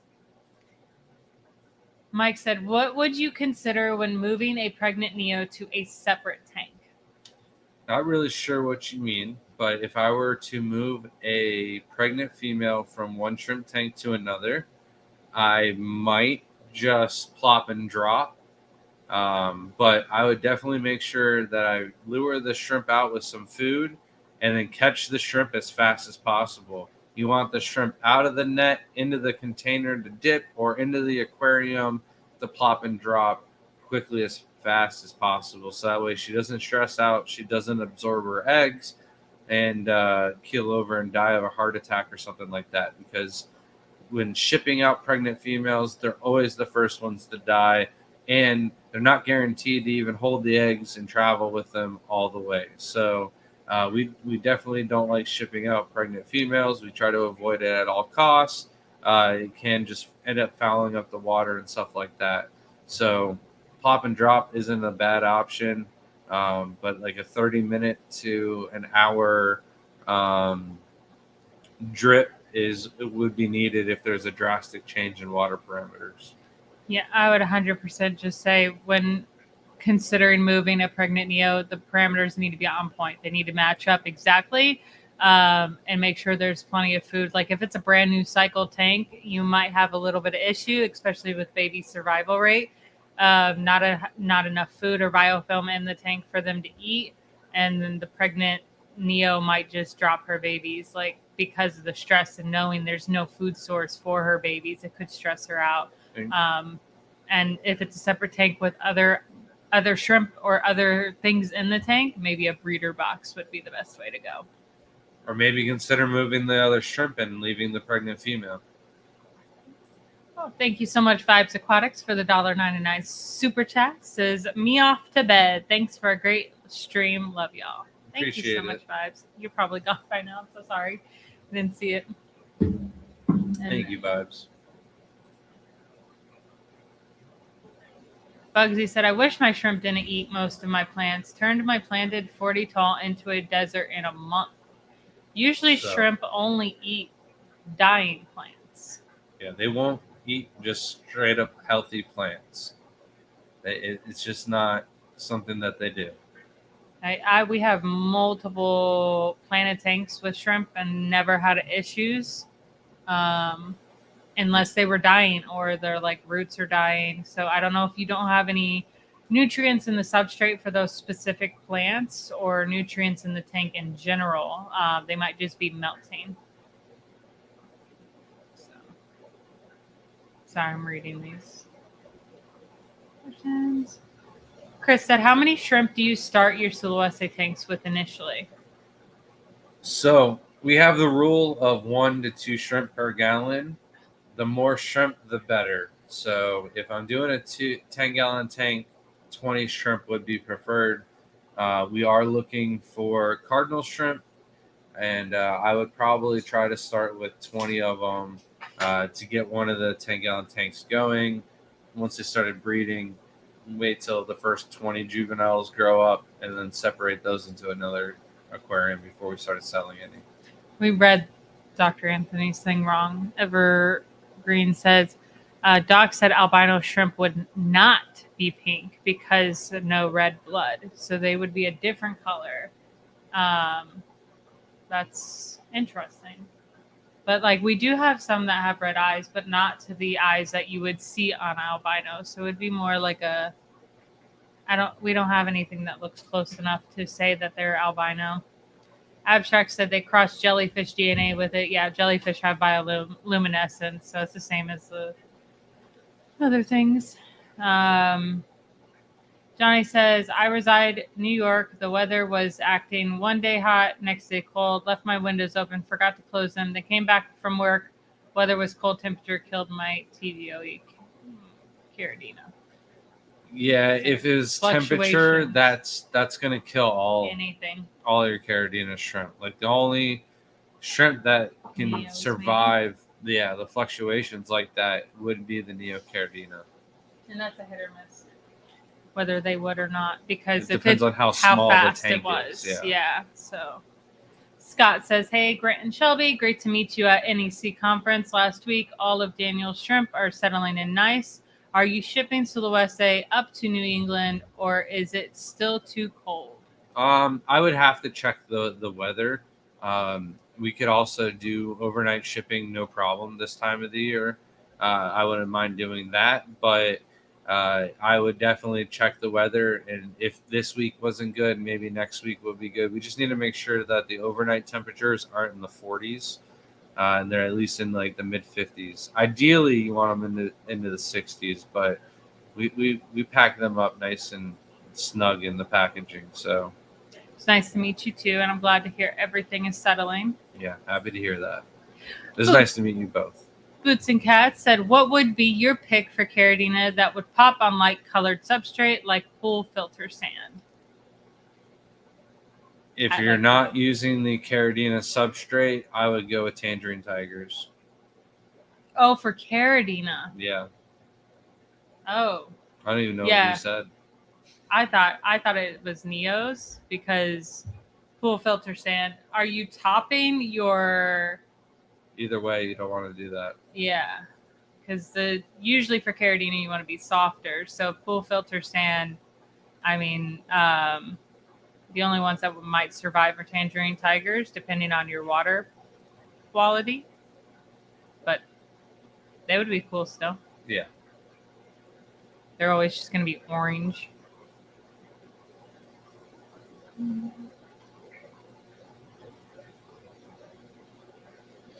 Oh yeah, they eat my red roots on the regular. They said those plants were newly planted and only the Anubis and unknown plants still grow in there, but they love to drown the red roots and eat it all day. Yeah, a lot of stem plants will melt back dramatically. It really depends on your water parameters. We had a lot of plants that just don't adjust very well.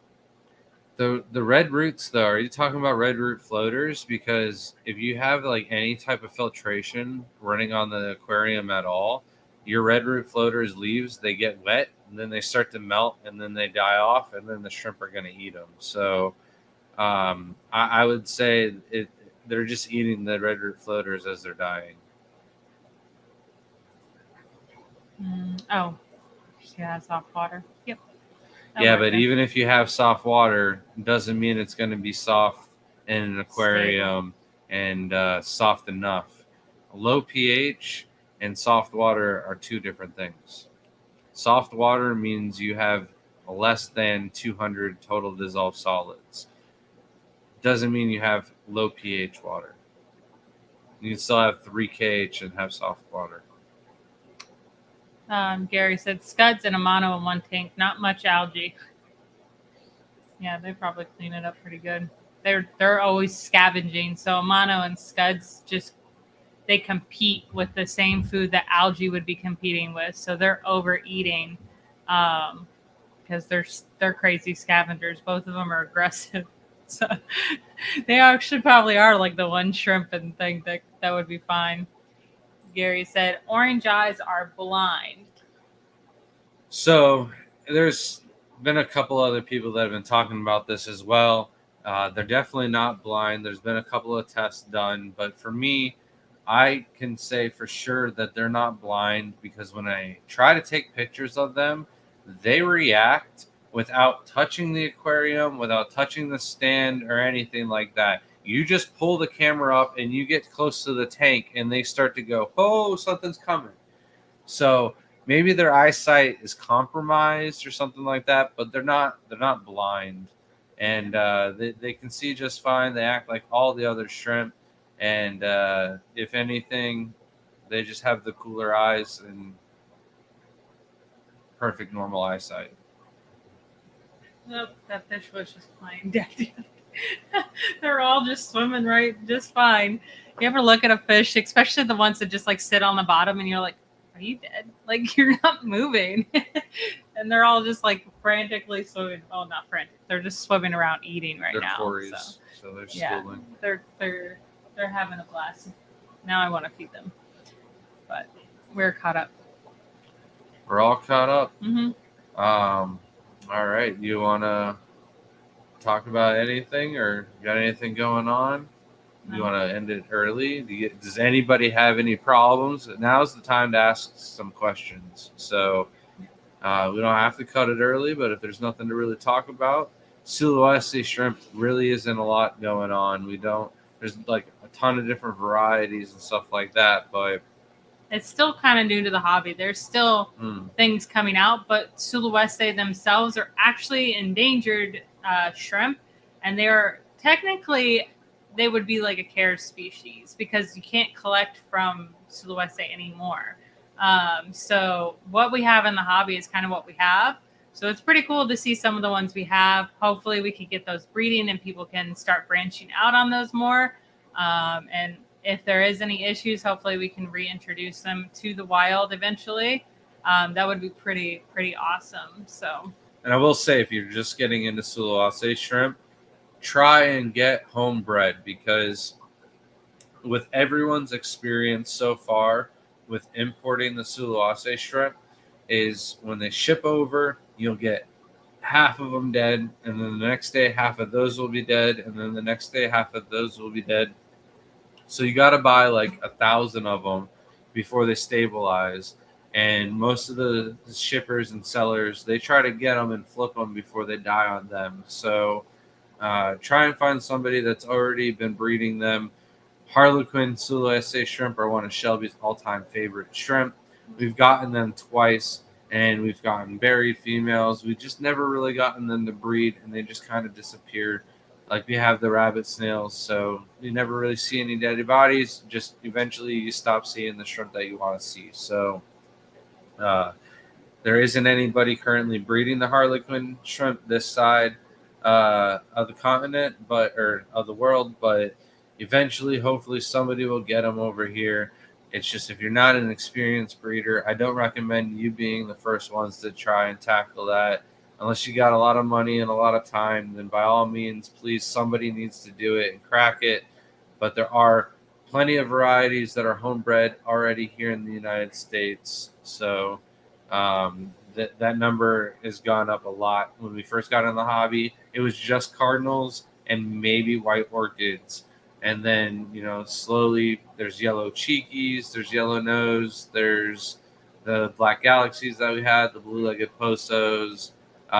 There's also a red orchid or a black orchid or something like that that's in the United States. Some banded ones, the mini blues. So there's also some people that aren't on social medias that I hear about that have them in different states. So hopefully this year we can expand and get a couple different varieties ourselves.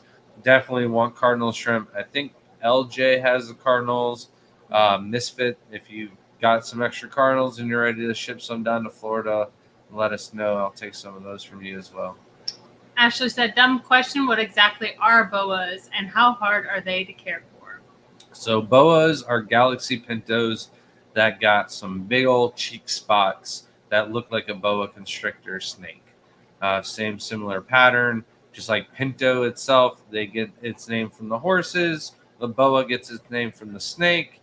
And it's just a high-grade galaxy pattern. And they're just as easy to care for as any other Tai bee, Taiwan bee shrimp. They need a little bit lower pH than the average crystal shrimp, but they're just as easy to care for as all the other Caribbean shrimp, as long as the substrate and the water is made the right way. Stephen P. said, problems. How deep do we want to go? And then... Well, shrimp deep. No deeper than that. I know there's deep sea shrimp, but like... Brandon said, I think with the most of the U.S. having hard water, that Sulawesi would be popular, but they're so sensitive. Yeah, I just think it's... And the reason why they're not more popular is because the tap water fluctuates so much. And like, you think most of the U.S. has hard water, but like the Northeast is very, very soft. And most of the states we travel to has way softer water than we do at our home. And even here at home, our water is not hard enough for Sulawesi shrimp in Florida. Mimic said, my orange-eyed yellow King Kong colony did well for a long time. I've noticed a decline in their numbers recently. Do you ever experience this, and have you determined why it might happen? For us, if the numbers like go down and it's not because something of a crash or something like that, it's because we sold. In the winter time, if you're not doing more water changes and you're not feeding more, you can definitely get a reduce in breeding, whether it's pressure in the atmosphere or the actual overall temperatures of the room might have gone down. It's one of those things. And here at the house, we have 300 tanks that are breeding. Maybe 3 or 4 of them will stop during the wintertime every year. Sometimes it's the same tanks over and over again. Other times it's random ones. But like, there's also other tanks that do this throughout the year. So whether or not it's the wintertime or the tanks themselves go through these weird cycles, and it just takes some extra love and water changes to get them going again. I'm not sure what kind of truth this has or what, but there was a shrimp keeper who I respect a lot because they gave us these little wooden shoes from Holland. Yeah. And Monique made a post one day, and in the post, I didn't really like pay attention too much to what it was about, but like, she said, because they're orange eyes, I have to feed them every day, unlike my other shrimp. And I'm going, I don't feed my orange-eyed shrimp every day. However, in the old shrimp room before the flood, the orange-eyed blue tigers were in there, and I was in there a lot, and I fed them pretty much every day. And that's when they bred the most. They had the most babies. They did the best. We still don't feed everything every day. Everything gets fed every other day. But The Hummel and the Super Tigers were two shrimp that I got people always asking me for, and they just slowed down for breeding for like a whole year. And I'm like, all right, this is not normal.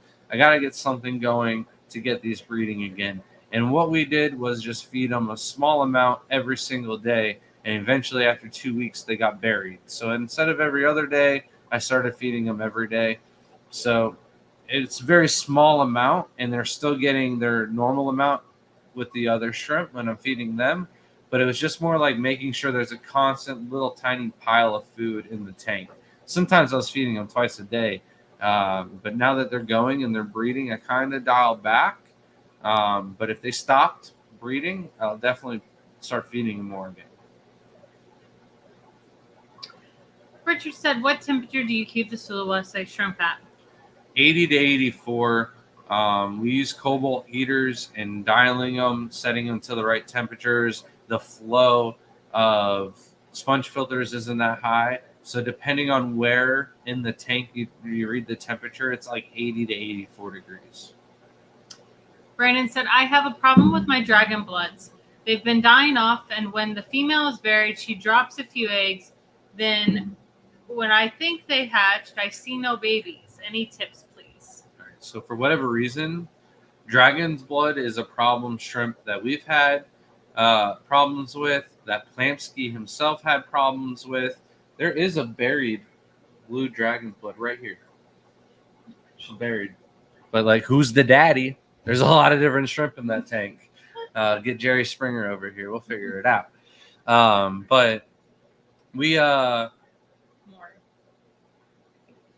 Doesn't matter. They're all the same. I'll get Steve Wilkos. Steve Wilkos. Yeah. All right.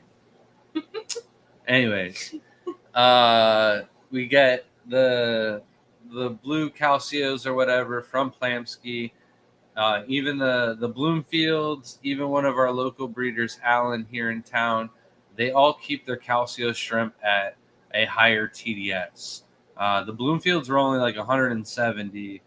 Others were keeping them at 220.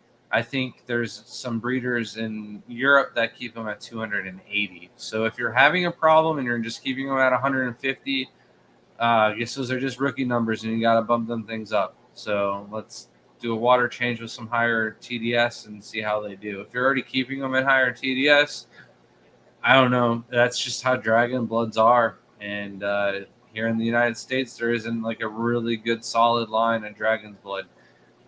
Cherie was bragging about how good her blue dragon bloods were. So I don't know if Nick Teeter or Alan has those and those are available, but Robin Cherie might. I would believe Cherie would have some advice on that, what she keeps hers at, and seeing if she had any issues like that. Usually dropping the eggs usually means they're stressed. There's something not right. I know first time moms will usually do it, but if this is like another time, the female's a little older, she should be doing it with no problem. So I would say something is stressing her out, whether it be the parameters are off, there's not enough hiding spots, or she doesn't think there's enough food source, which is also what I was talking about earlier. I really do believe that the females could drop their eggs if they don't think that their babies will have a good survival rate. And that was one of those things, like more biofilm in our tanks, we're doing better for babies as well. They don't move very much the first few days. So if you don't have enough biofilm or room for them in that tank, well, that's why we like the moss. The baby survival rate goes out the roof with cleaner water, and the moss has tons of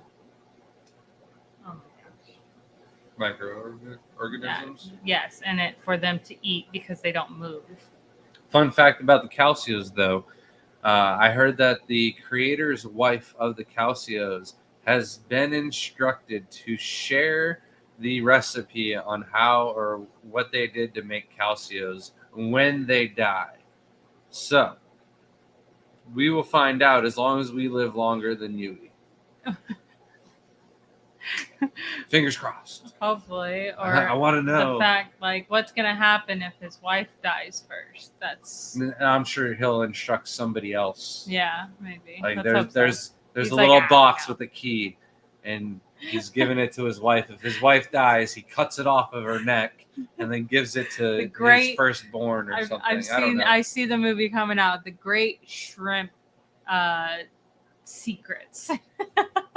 And You it's gotta just come like up with a better some name, like Shelby. like that James Bond or something. It's like going to like try to figure it out and get it for someone's trying to breed them in Japan, and they need to know. They have to like carry this on. It's only calcios that can survive the G-forces through space. No other shrimp. So stupid. Let's get Adam Sandler to do it since he just did that space movie. Brandon said, "Is there a difference between?" Celebs. I don't know what those are. And And harlequins. Harlequins. So what are what? I don't. I haven't looked these things up in so long. So you gotta put shrimp. It might help. Doesn't really pull up anything. So I don't what know. those are. When you just type up Yeah. celebs, it pulled up Sulawesi. So maybe celebs is like A part of Sulawesi. Maybe it is a different one. that's what you but- call shrimp from Sulawesi. Celebs. Yeah, I don't. That's strange. I think it's a part of Sulawesi. So, but that's strange. Maybe send us a picture. We'll see. I don't think there's a difference. I don't know. Ow. My legs, they're cramping up. I'm sorry. Boots and walk Cat around said, and "Do you stretch." use digital water tester strips or test tube style?" Always test tube styles. Test strips usually seem to fail. Any humidity probably causes those to fail pretty fast. They're just not as accurate. The digital water tester is that as far like I just don't see spending that much money on something that you have to calibrate, and the calibration fluid's pretty expensive. So I do like the test tube style. Hopefully one day I'll get to that video eventually. I have like almost every test kit there is. I've used each one of them on the same exact tank.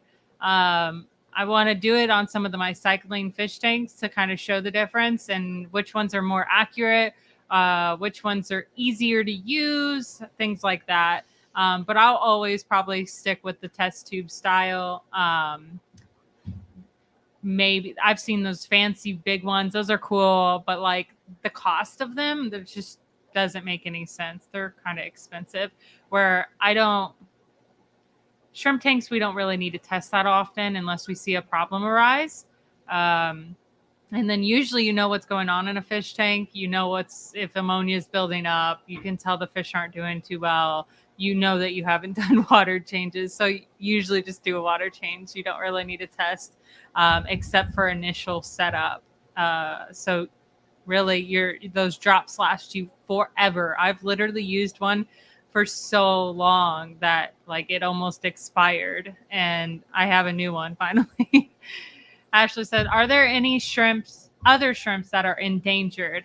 Not that I know of. I believe it's just a Sulawesi, only because you cannot collect out of Sulawesi anymore. There is actually another one. I know that I can't remember right now, but yeah, there is definitely one more. That's why we haven't done a wild shrimp video, is because that's information you would want to know, is if that species is endangered, where it came from, and I just don't have the time or the enthusiasm to go after that just yet. Bugsy says, "I have one tank with blue seals. No matter what food I feed, they don't eat it all. It's the only tank I have that does this. Are they just more picky in general? No, most likely they're eating what's in the tank. If they're not hungry and not coming to the food source, It's feeding too much. Yeah, they most likely are already eating enough biofilm that they're not like super hungry. We've had hundreds of tanks, and the only ones that will like Grant will feed them and they're like super fed, and then I'll go feed them the next day, and then the food just sits there, and I'm like, "Oh, did you feed this tank yesterday?" And usually that just means they've already ate. So if you're seeing food left over in the tank, it's usually because they're full and maybe you're feeding a little too much.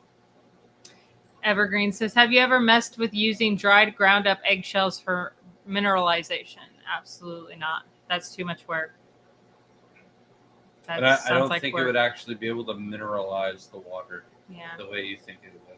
And that would be more for just like food, as I know that a lot of people have done ground up eggshells, but like, who's got the time for that? I mean, we're just gonna buy the mineral food and feed it. It's real easy to break up and put little small pieces in there. It's perfect for all the. I think the only thing we've ever used to like harden the water is we've used the oyster shells, right? That you usually feed chickens. We used to do that for crayfish once in a while, that we would sprinkle like a cup in there. But like, that's the most we've ever done. Outside said, have you ever guys heard of planaria being immortal? They can be cut in hundreds of pieces and regenerate every part of their body. I wouldn't say immortal, but I know that if you cut them in half, they could regenerate. So that's They're not like a good way of removing. If they were immortal, no planaria would kill them. But I do think that they can be cut like that, as long as they're clean cuts. See, Dr. Anthony said I need another collecting trip to Florida. What's your next talk? You let me know. We'll schedule it. And Zen, It's not the best time to go collecting, though. I will say not that. now. You came in like prime time. The last time you were here was like the best collecting. I can't remember if the Bodrocks came before or after you, but like before. I think it was December, and then January was Chris, and then the Bodrocks came in February after maybe it was, the yeah. dock. And then after the Bodrocks left, there was like zero good collecting because we got no rain after that. Last year was very little rain. So, Yo, Crypt. You made it in. Can't believe you made it in. Did you get off work early? Zen says Sarah is the best and easiest in my opinion. So that is one of my favorites for sure. I love the test tube. It is you could do more volume to have more accurate tests. I do like the size of it, the easiness of it. The only problem with Sarah is it is not as available as the API test that you find everywhere. Where Sarah is usually you got to buy them individually. There is like a master test kit for them. But API is usually readily available at every store. So that's why I favor them a little bit more. And I have found API has been solid on testing, where almost every other one, they're all off like completely. But Sarah is one of my favorites for sure. Dixon Design said, my pH is 8.2 to 8.4. Do I need to lower the pH in order to have neocardinas? no, that's a fine pH for neocardinas. Just make sure you drip acclimate them, because most people don't have that high of pH. So wherever you're getting them from, unless it's local, I would say you just need to slowly acclimate them to the water parameters and you'll be good. And how you doing, Crip? If you guys haven't seen, we did post a short video today of my aquarium that I scaped for the Fluval Aquascape contest that Shelby beat me and got second place. I only got third place, but Crypt Keeper gave me a hand. I was trying to make a funnel, and I was looking for a piece of tape, and Crypt Keeper's like, here, take one of my stickers. So I made a homemade funnel, pieced together my aquascape. I should have called it the Scraps instead of what I did call it, but it came together nicely. So Crypt Keeper was my videographer for that video, sent me all the clips. Shelby pieced it together today. So that is the short. If you guys haven't Everyone's seen just it, doing all the work. check it out and tell me how much better Shelby's tank looks than it. I would say it's subjectively. Honestly, most people like different styles, and that's the best thing. Like, most people, when they watch the videos of all the tanks, they were choosing something that didn't even place like in the top 5. And I absolutely love that tank too. And it's a standard, perfect aquarium. Actually, it's fun. To me, it's a little bit more difficult what they did because it's like round rocks, but like, it's crazy. Everyone has their different styles that they enjoy and like to look at. So when someone sees an aquascaping contest and doesn't know the standard rules, like, they're always like, why did that one win? Why did yours even play? So we usually have to play by the rules. We know the rules, and sometimes it it plays in our favor, and then sometimes those rules get thrown out the window and no one cares at all about them. So you've got to love aquascaping. Coro said, how long do you leave food in the tank before removing any uneaten? Assuming you fed 2 days in a row or something. If I see there's still food in the tank, I try to remove it. Like 2 to 3 hours afterwards. Depends on the aquarium, but for sure after 3 hours, if there's any food and it's actual big enough to get it out with the net, then for sure. If it's just a little dusting pile on top of the substrate, there's no really getting that out. I just kind of leave that be rather than kick it up into the water column. Outside and Aquatic said, can I grow hydra like large? It would be cool to have hydra like a freshwater coral. It would be cool. I'd probably keep a whole tank of hydra because they do look cool. They're so tiny, and I think that's why they're But if you get big hydra, chances are you have staghorn. So you could grow some big old gnarly staghorn algae. It looks pretty close to it. But yeah, not big hydra. They just want to know in theory if they could. That'd be cool. I don't think so. Yeah. But it would be cool. And Dr. Anthony says, I talked this weekend at St. Louis and May in DC. I have a new talk. Good to hear. Just contact Grant. He'll definitely line that up. Yeah, for sure. Coro said, have you tried the new Fritz ones? I was looking at it recently. Yes, I have tried that one. I absolutely can't stand the round bottom to it. It drives me crazy. It does come with a little container you could put it in, but nothing drives me more mad than when a test tube has a round bottom, because then you're just like, if you lose that insert, I'm not holding that for 5 minutes. Absolutely not. And then some of them actually you have to hold them for longer, and I'm just no. In no way, shape, or form would I want to do that. So, but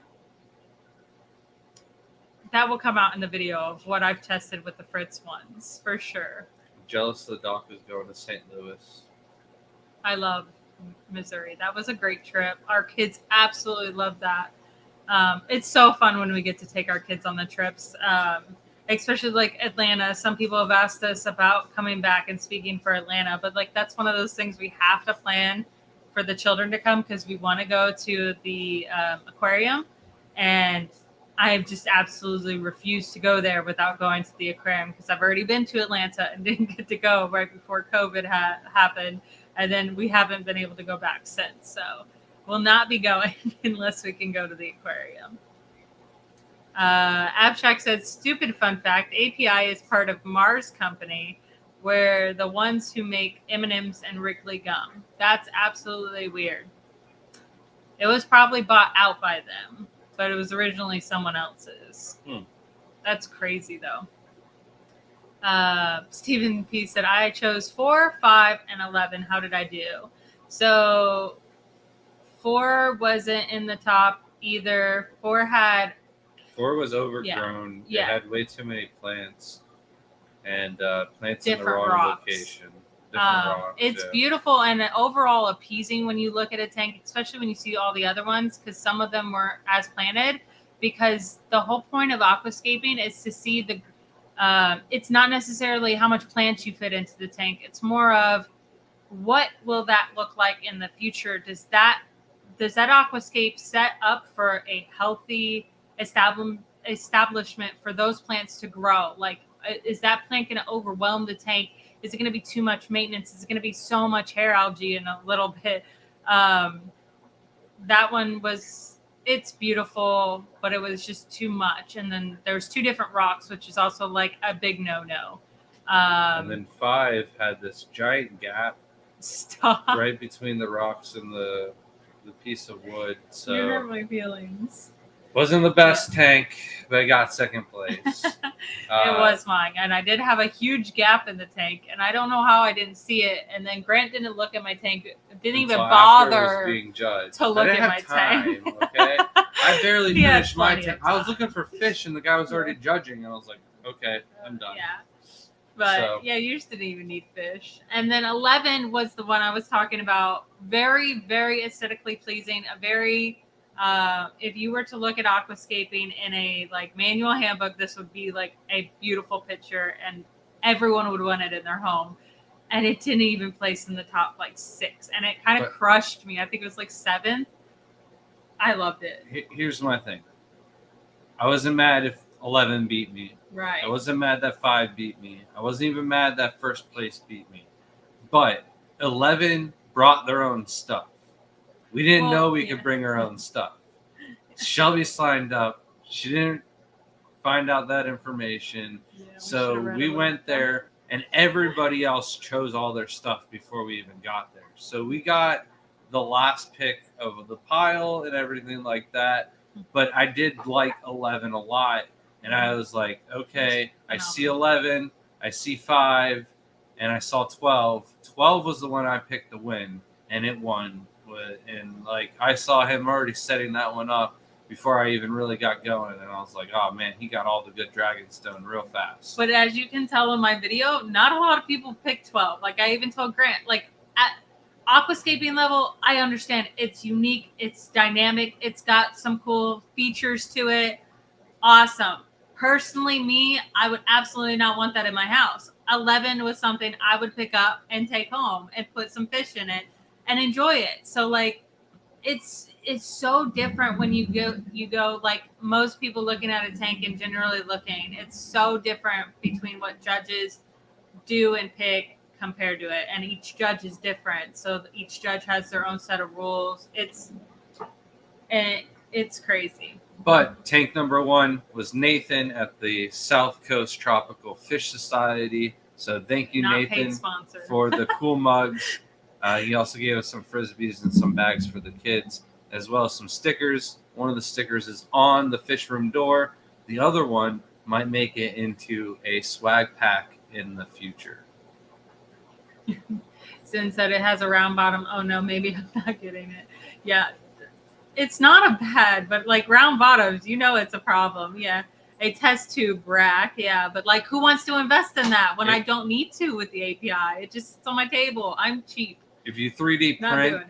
Tube Dog, this is something that you should get and start selling. It's not for in the aquarium, and it is 100% practical and has its use outside of the aquarium. So yeah, if you made one of those and sent it to us, I'd do a video for that. Whoa, Shelby would do a video for that with her testing. So yeah, Tube Dog or one of the other 3D printers, if you wanted to do something like that, that's definitely something I'm we'd be interested in. hoping once we get this fish rack built, because this is stressing me out, we'll be able to send out more and more videos, because I will be doing testing. I will be showing the test kits and things like that while I'm building the room. So it'd be nice once we start cranking out those videos. They'll start coming out one after another. We just got to get We're 2 up hours to it. in.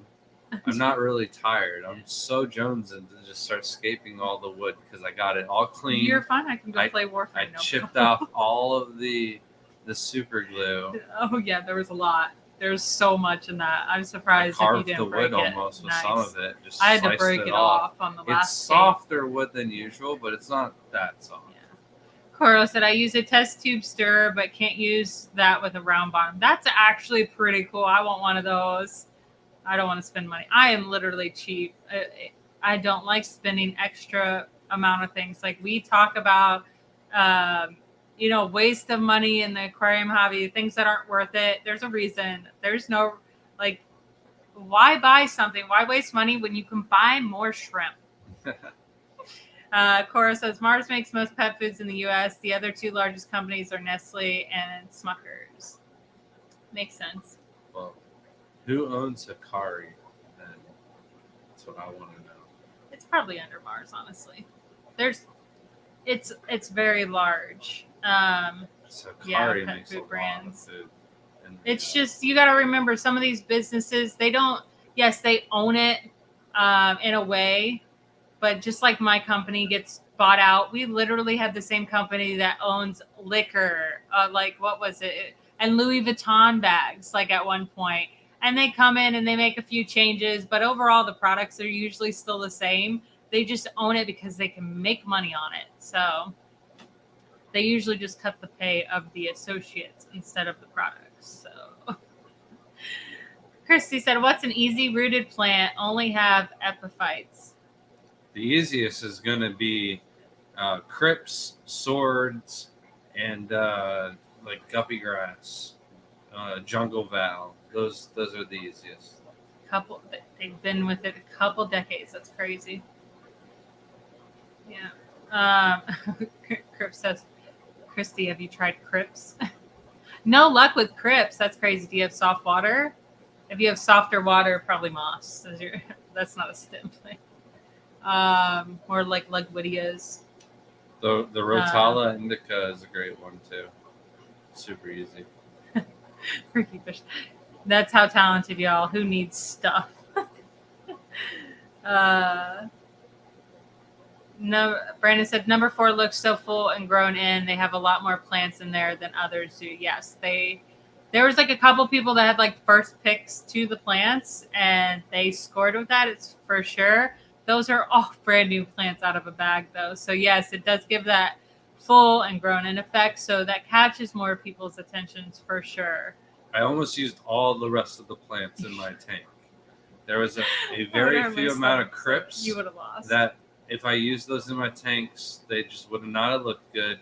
And then a couple of Java ferns left over. But I had ended up using my own plants to fill that tank in. So there was not a lot of plants left when I finally made it over to do my plants. Temu for the cheap stuff. I refuse to use Temu. I don't know why. Like the conspiracy theories of like them stealing your information. That's the one I just don't know why. It's like bad luck to me. Every time I go on it, it gives me way too many like ads and things like that.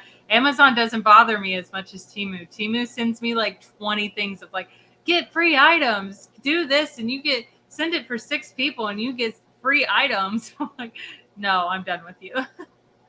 If you spam me, I'm not going to use yours. I'm like worried. Almost. We got anything else? Are we caught up? We're not caught up. I'm trying so hard. Yeah. Nope, we're caught up. We're good. Thank you guys, everyone, for watching. And next week, if we have anything better than biofilm, maybe I can do like a biofilm, algae, cladophora, all-in-one live stream. Maybe you'll get 1/3 of a credit. I don't even know who wrote biofilm. Oh, dang. Didn't write a name. Johnny, I believe. Johnny. All right. I believe it was Johnny. For Johnny, news. you get 1/3 credit Maybe. for a print. I think it is. We'll see. Either way, Johnny picked my tank as the best. I'm giving him 1/3 credit regardless. All right. He's got good taste. Oh, goodness. Thank you guys. We'll see you next week. Same time, same place, because we'll be home. See you guys.